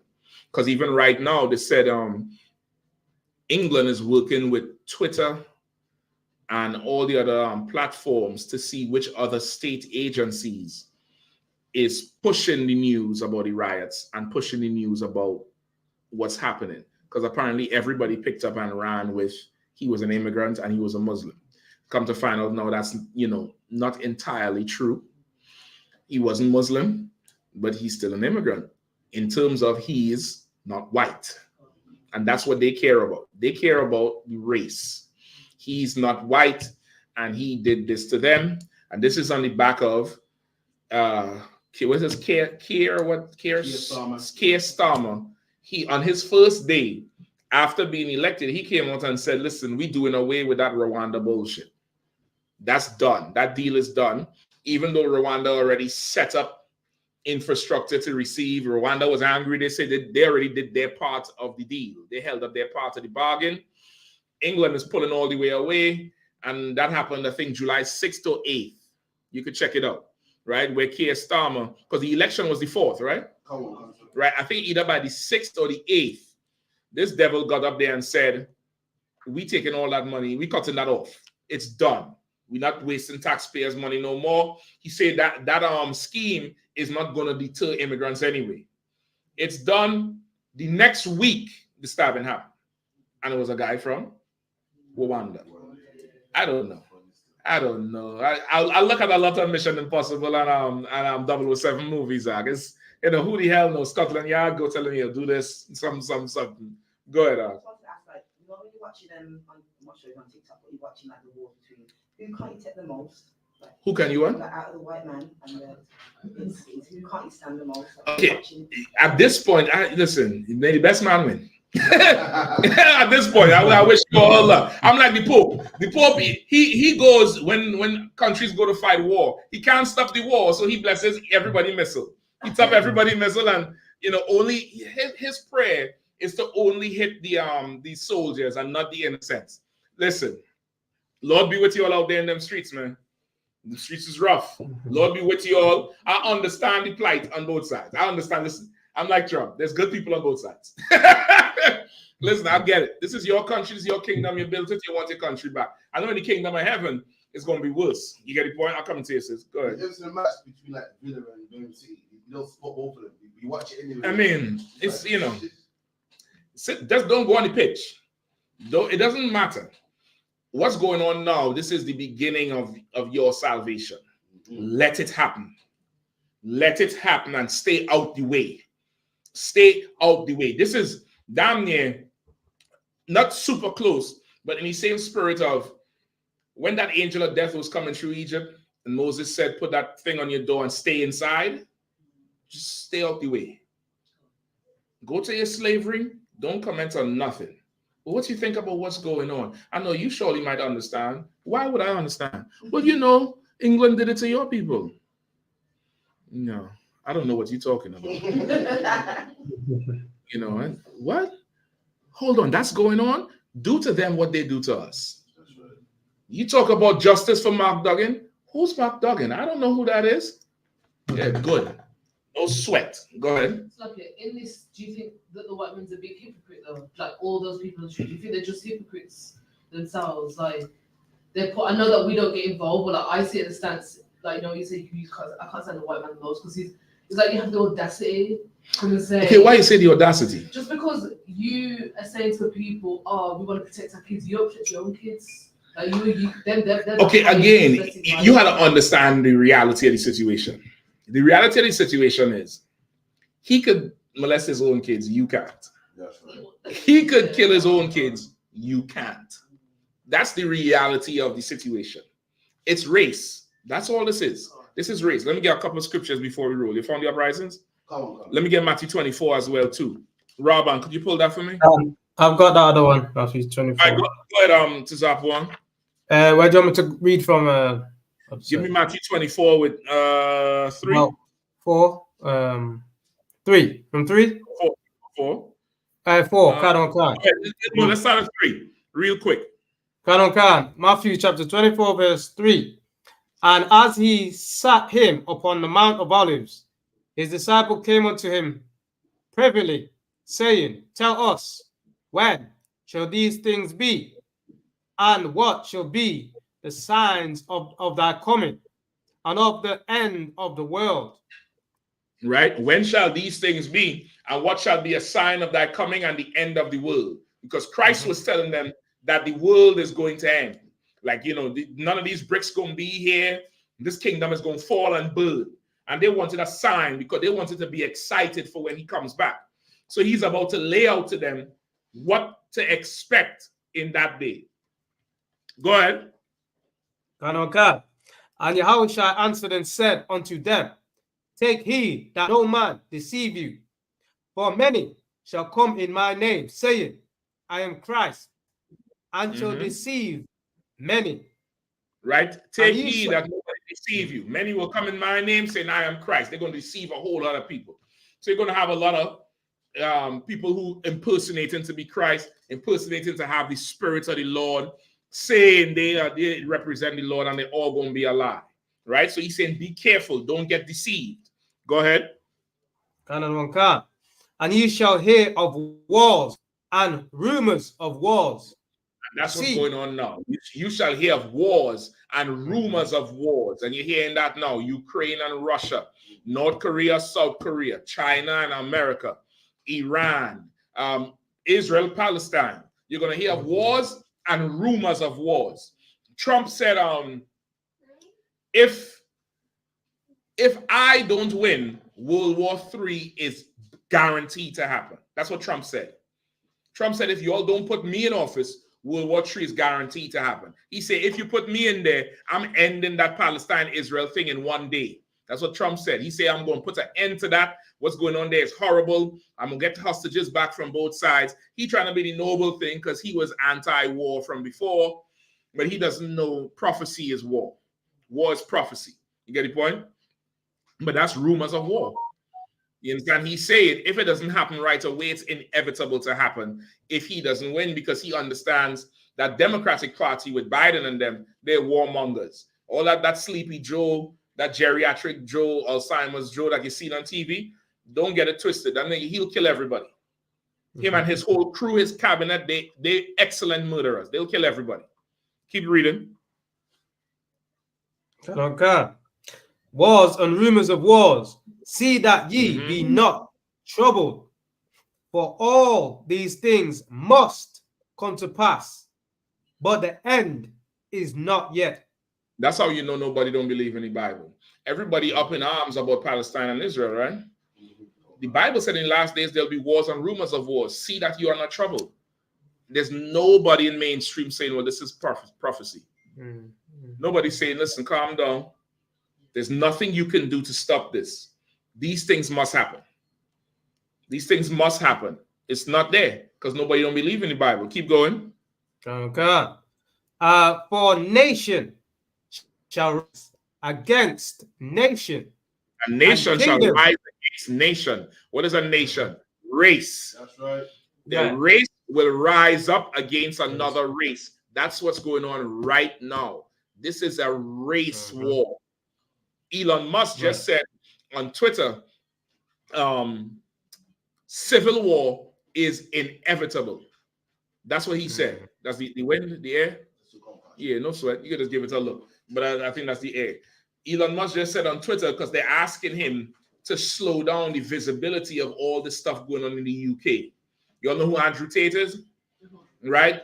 Andrew Tate is a Judite. A lot of people don't know that. He's a brother, right? He live in Arab Emirates or Qatar or something like that. And he, a few days ago, right after the attack, he came out and said it's a illegal immigrant who did this, and he's and you know, England needs more border patrol, and you all should get out and do something. And they're charging him now because of his platform for spewing the false information, right? Elon Musk came out and said, listen, we're gonna limit his visibility, meaning we're not gonna allow people to see what he said so much. But then he came out and said, because you know Elon Musk run Twitter, it's now called X. He said, but really, civil war is inevitable. You can't stop it. You understand? He's a devil, but he understands what the Bible says. These things is going to happen. This is going to happen. And because you know it's going to happen, you can be like, whoop. All right, back up. Don't nobody get involved with that. Don't make no sign. Don't go out there and march. Go to work, go home. Go to school, go home. Find the park where they're not out on Saturday for the kids to play. This ain't got nothing to do with you. Nothing. Let them have it. They want it, let them have it. Stay clear of this. This is not your fight. This has nothing to do with you. Give me uprisings in the city. Come on, Carl. Is it 2nd Ezra 9 and 2? Then shalt thou understand that it is the start at 1. Come on. He answered me then and said, measure thou the time diligently. This used to be, boy, I used to go to the scripture every day, boy. Every day at camp for about 6 months. Go ahead. Oh God. He answered me then and said, measure thou the time diligently in itself. And when thou seest part of the signs past, when I have told thee before, then shalt thou understand that it is the very same time wherein the highest will begin to visit the world which he made. You understand? The angel told Ezra, measure thou the time diligently. Measure it. Like, boy, that's old school. Like, you know, it's like saying, tell somebody, watch the time. Look at the signs of the time. But no, you measuring it to see if what? If it reach where it's supposed to reach. Look at the time diligently. Measure it. So meaning if you measure 6 feet first, and it's just 6 feet 1 inch, you had to measure that still because it's 1 inch more. Now it's getting closer and closer.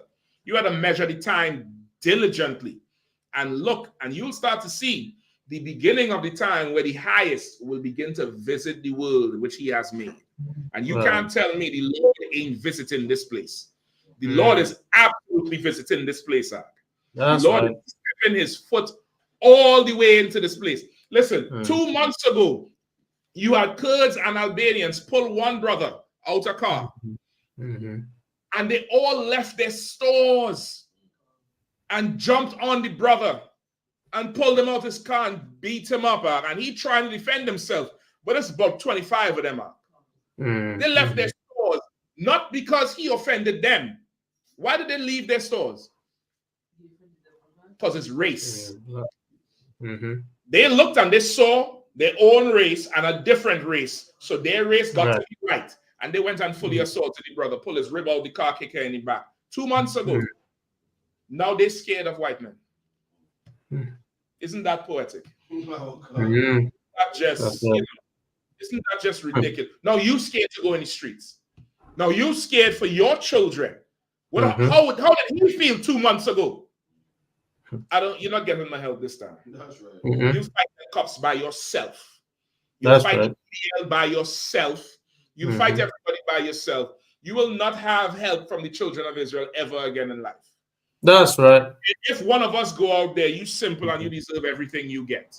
Right. You separate and never support them and leave them to hell alone. Because when they was deported, Priti Patel, what is she? Palestinian, Pakistani? Not our race. Not our race. She didn't deport her own race. She deported us. You know, by and large, majority. You get the point? Go ahead. Come on, Khan. Therefore, when there shall be seen earthquakes and uproars of the people in the world. Therefore, when you see earthquakes and uproars of the people, and these earthquakes is happening all over the place. I think the beginning of July, there was one in California. There's earthquakes happening everywhere. You should check it out, earthquakes for the month in different places, varying places. And uproars of the people. What's going on in England right now is you could damn near say it's unprecedented. I don't think there's been a situation like this in England before, ever. The new one, and so quick. St. George's Day, Palestine, the election. I lost count. It's like in America where black man get shot every day. It's here every day. But it's never been like that before. Never. And okay, this is not even every month. This is the month of July. From July all the way to August, the beginning of August, this thing just ramped up. Remember, it started off with the fires in Leeds. Then that was the one with the Romanians, right? The Romanians. Then something else happened in between. St. George's Day. And then Manchester happened. Then the kick in Manchester happened. And after that, brother, it was, I think, this thing here. And then it was just, a big flame from there. Huge flame. People running in their cars. People getting pulled out. They burned a police station down now. What's going on right now is really unprecedented time in the UK. And UK trying to hide it from the world. Trying to hide it. The shame of it. The shame. They're trying to hide it. No problem. More is going to happen because you held the Lord's children. Go ahead. Okay, well, what would you call this now? Would this be war?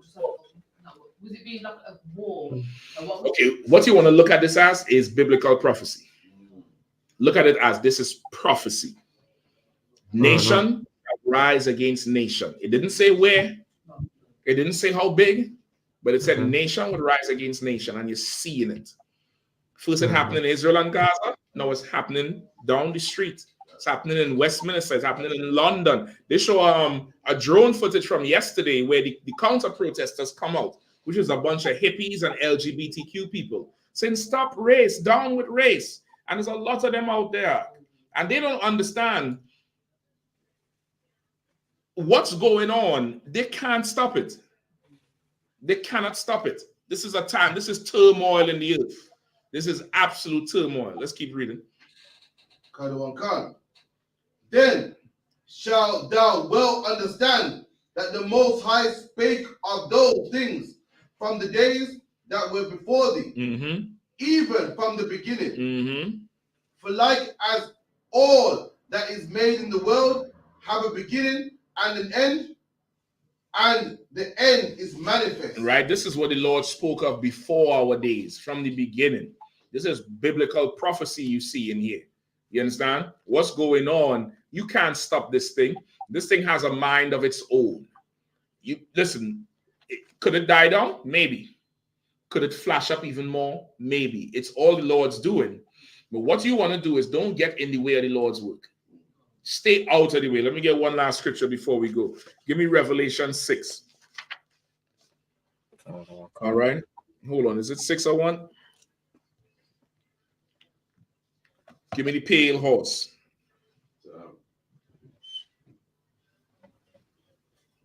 Oh God. Revelation 6 and verse 8. That's what I want. That's what I want. All right, we good to go? No sweat. Revelation 6 and 8. Right? So of course, this year is the seals that the Lord that's in the fourth dimension in heaven, that it's being opened, right? And different seals, different events is happening. It's all happening at the same time. All right, let's go. Book of Revelation, chapter 6 and verse 8. Start at 7. And when he had opened the fourth seal, I heard the voice of the fourth beast say, "Come and see." And I looked, and behold, a pale horse, and his name that sat on him was Death. And John in the vision, he's looking up, and he see the seal of this book get open. And as this seal opened, he looked and beheld a pale horse. He said, a horse that's not any flush colors, probably speckled and different other colors or light gray or whatever. But it's not like the red horse or the black horse or the white horse. This one is pale. And he who sat on him, name was Death. Go ahead. And hell followed with him. And power was given unto them over the fourth part of the earth to kill with the sword, and with hunger, and with death, and with the beasts of the earth. You understand? And this horse had power to bring death on the earth with the sword, and with famine and hunger, and with beasts of the earth. Hold on, let me check something here.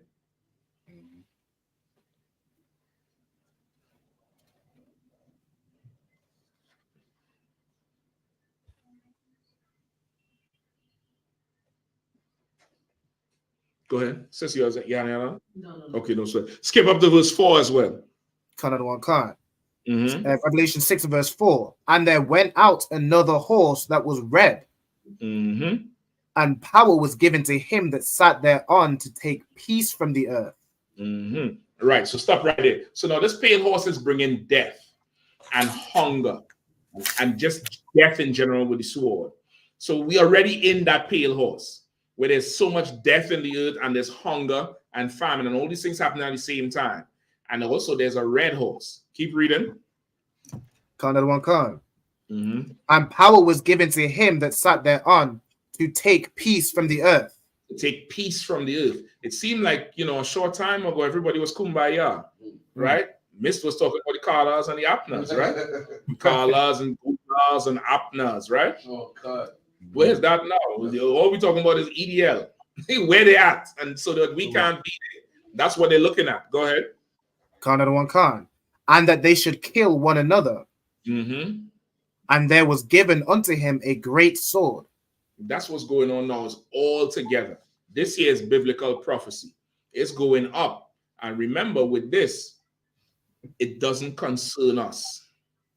None of this concerns us. Right in the same chapter, it tells you instructions to all these horses and spirits being released is to hurt not the oil and the wine. Meaning, don't hurt these people that serve the Lord. Only if you want to be part of this mess, you could go out and be part. But as long as you stay clear of this thing, let Keir Starmer and them and Rwanda sort the thing out. Let that Rwandan bastard, that old coward bastard that murdered them children. Listen, we charge the white man every day with being the devil and being the oppressor. And never once will we tell you go murder his children. That's right. That Rwandan murdered my slaves. They would be slaves on the plantation. They're going to get jobs. They're going to get jobs. I'm going to make sure they get jobs. Like they gave my 4 parents jobs. You can't go in there like a coward and murder them. You Rwandans, now you're going to get what you deserve. You're going to get what you deserve. You 12 tribes of Israel, you blacks, Hispanics, and Native Indians, you stay clear of them. You don't give them your love. Let them deal with this on their own. All this is biblical prophecy. Uproars of the people, nation against nation, race against race. This is a good time to be, a good day to be UPK. Because, brother, these prophecies the general always talk about is happening right now before your very eyes. How many of you all feel any type of way walking the street? Like, you feel like it's, it's kind of iffy. It's kind of, you're taking precaution because that's our way. That's just our way regardless. But do you feel like, do you be like, damn, I can't go there because the EDL will be there or the Palestinians will be there? No. Yeah. That don't bother me. That don't bother me. It's bothering them. And that's good. It's glorious. It's a good day for us. Listen, man, join us in Leicester this weekend. We're going to be up there Saturday from 1 p.m. Come on down, bring your family, bring your friends, bring all the questions, all right? With that, I pass the class over. Priest and Captain Karafia. You coming up here? Or no sweat. Go ahead. Most times, get the captain a hand again.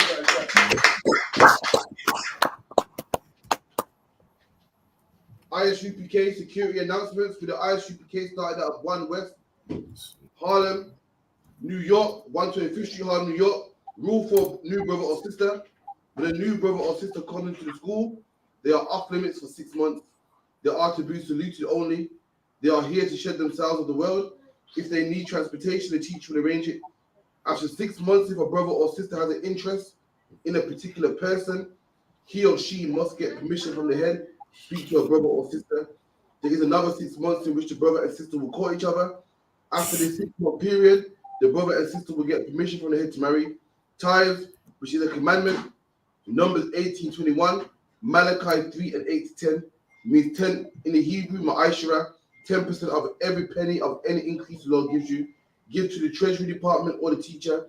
Priest fund, free will offering for priests, not mandatory. Whatsoever amount you would like to give. Upcoming holy convocations, something about trumpet with it. The Feast of Trumpets, which is the day. September the 2nd, October the 2nd, or actually I'm going to check the bulletin board in the hallway. And if anyone wants to be a trooper in the school, start wearing all black boots, shirt, pants, headband, and headscarf. And with that, I imagine that you one person men of Israel. I imagine Shabbat. I imagine Barak. Yahweh Hashem. Yashamata. Saw. Can I give one courtesy to sister I imagine. Men of Israel, I imagine Shabbat. I imagine Barak. Yahweh Shema. Yazamata, dismissed.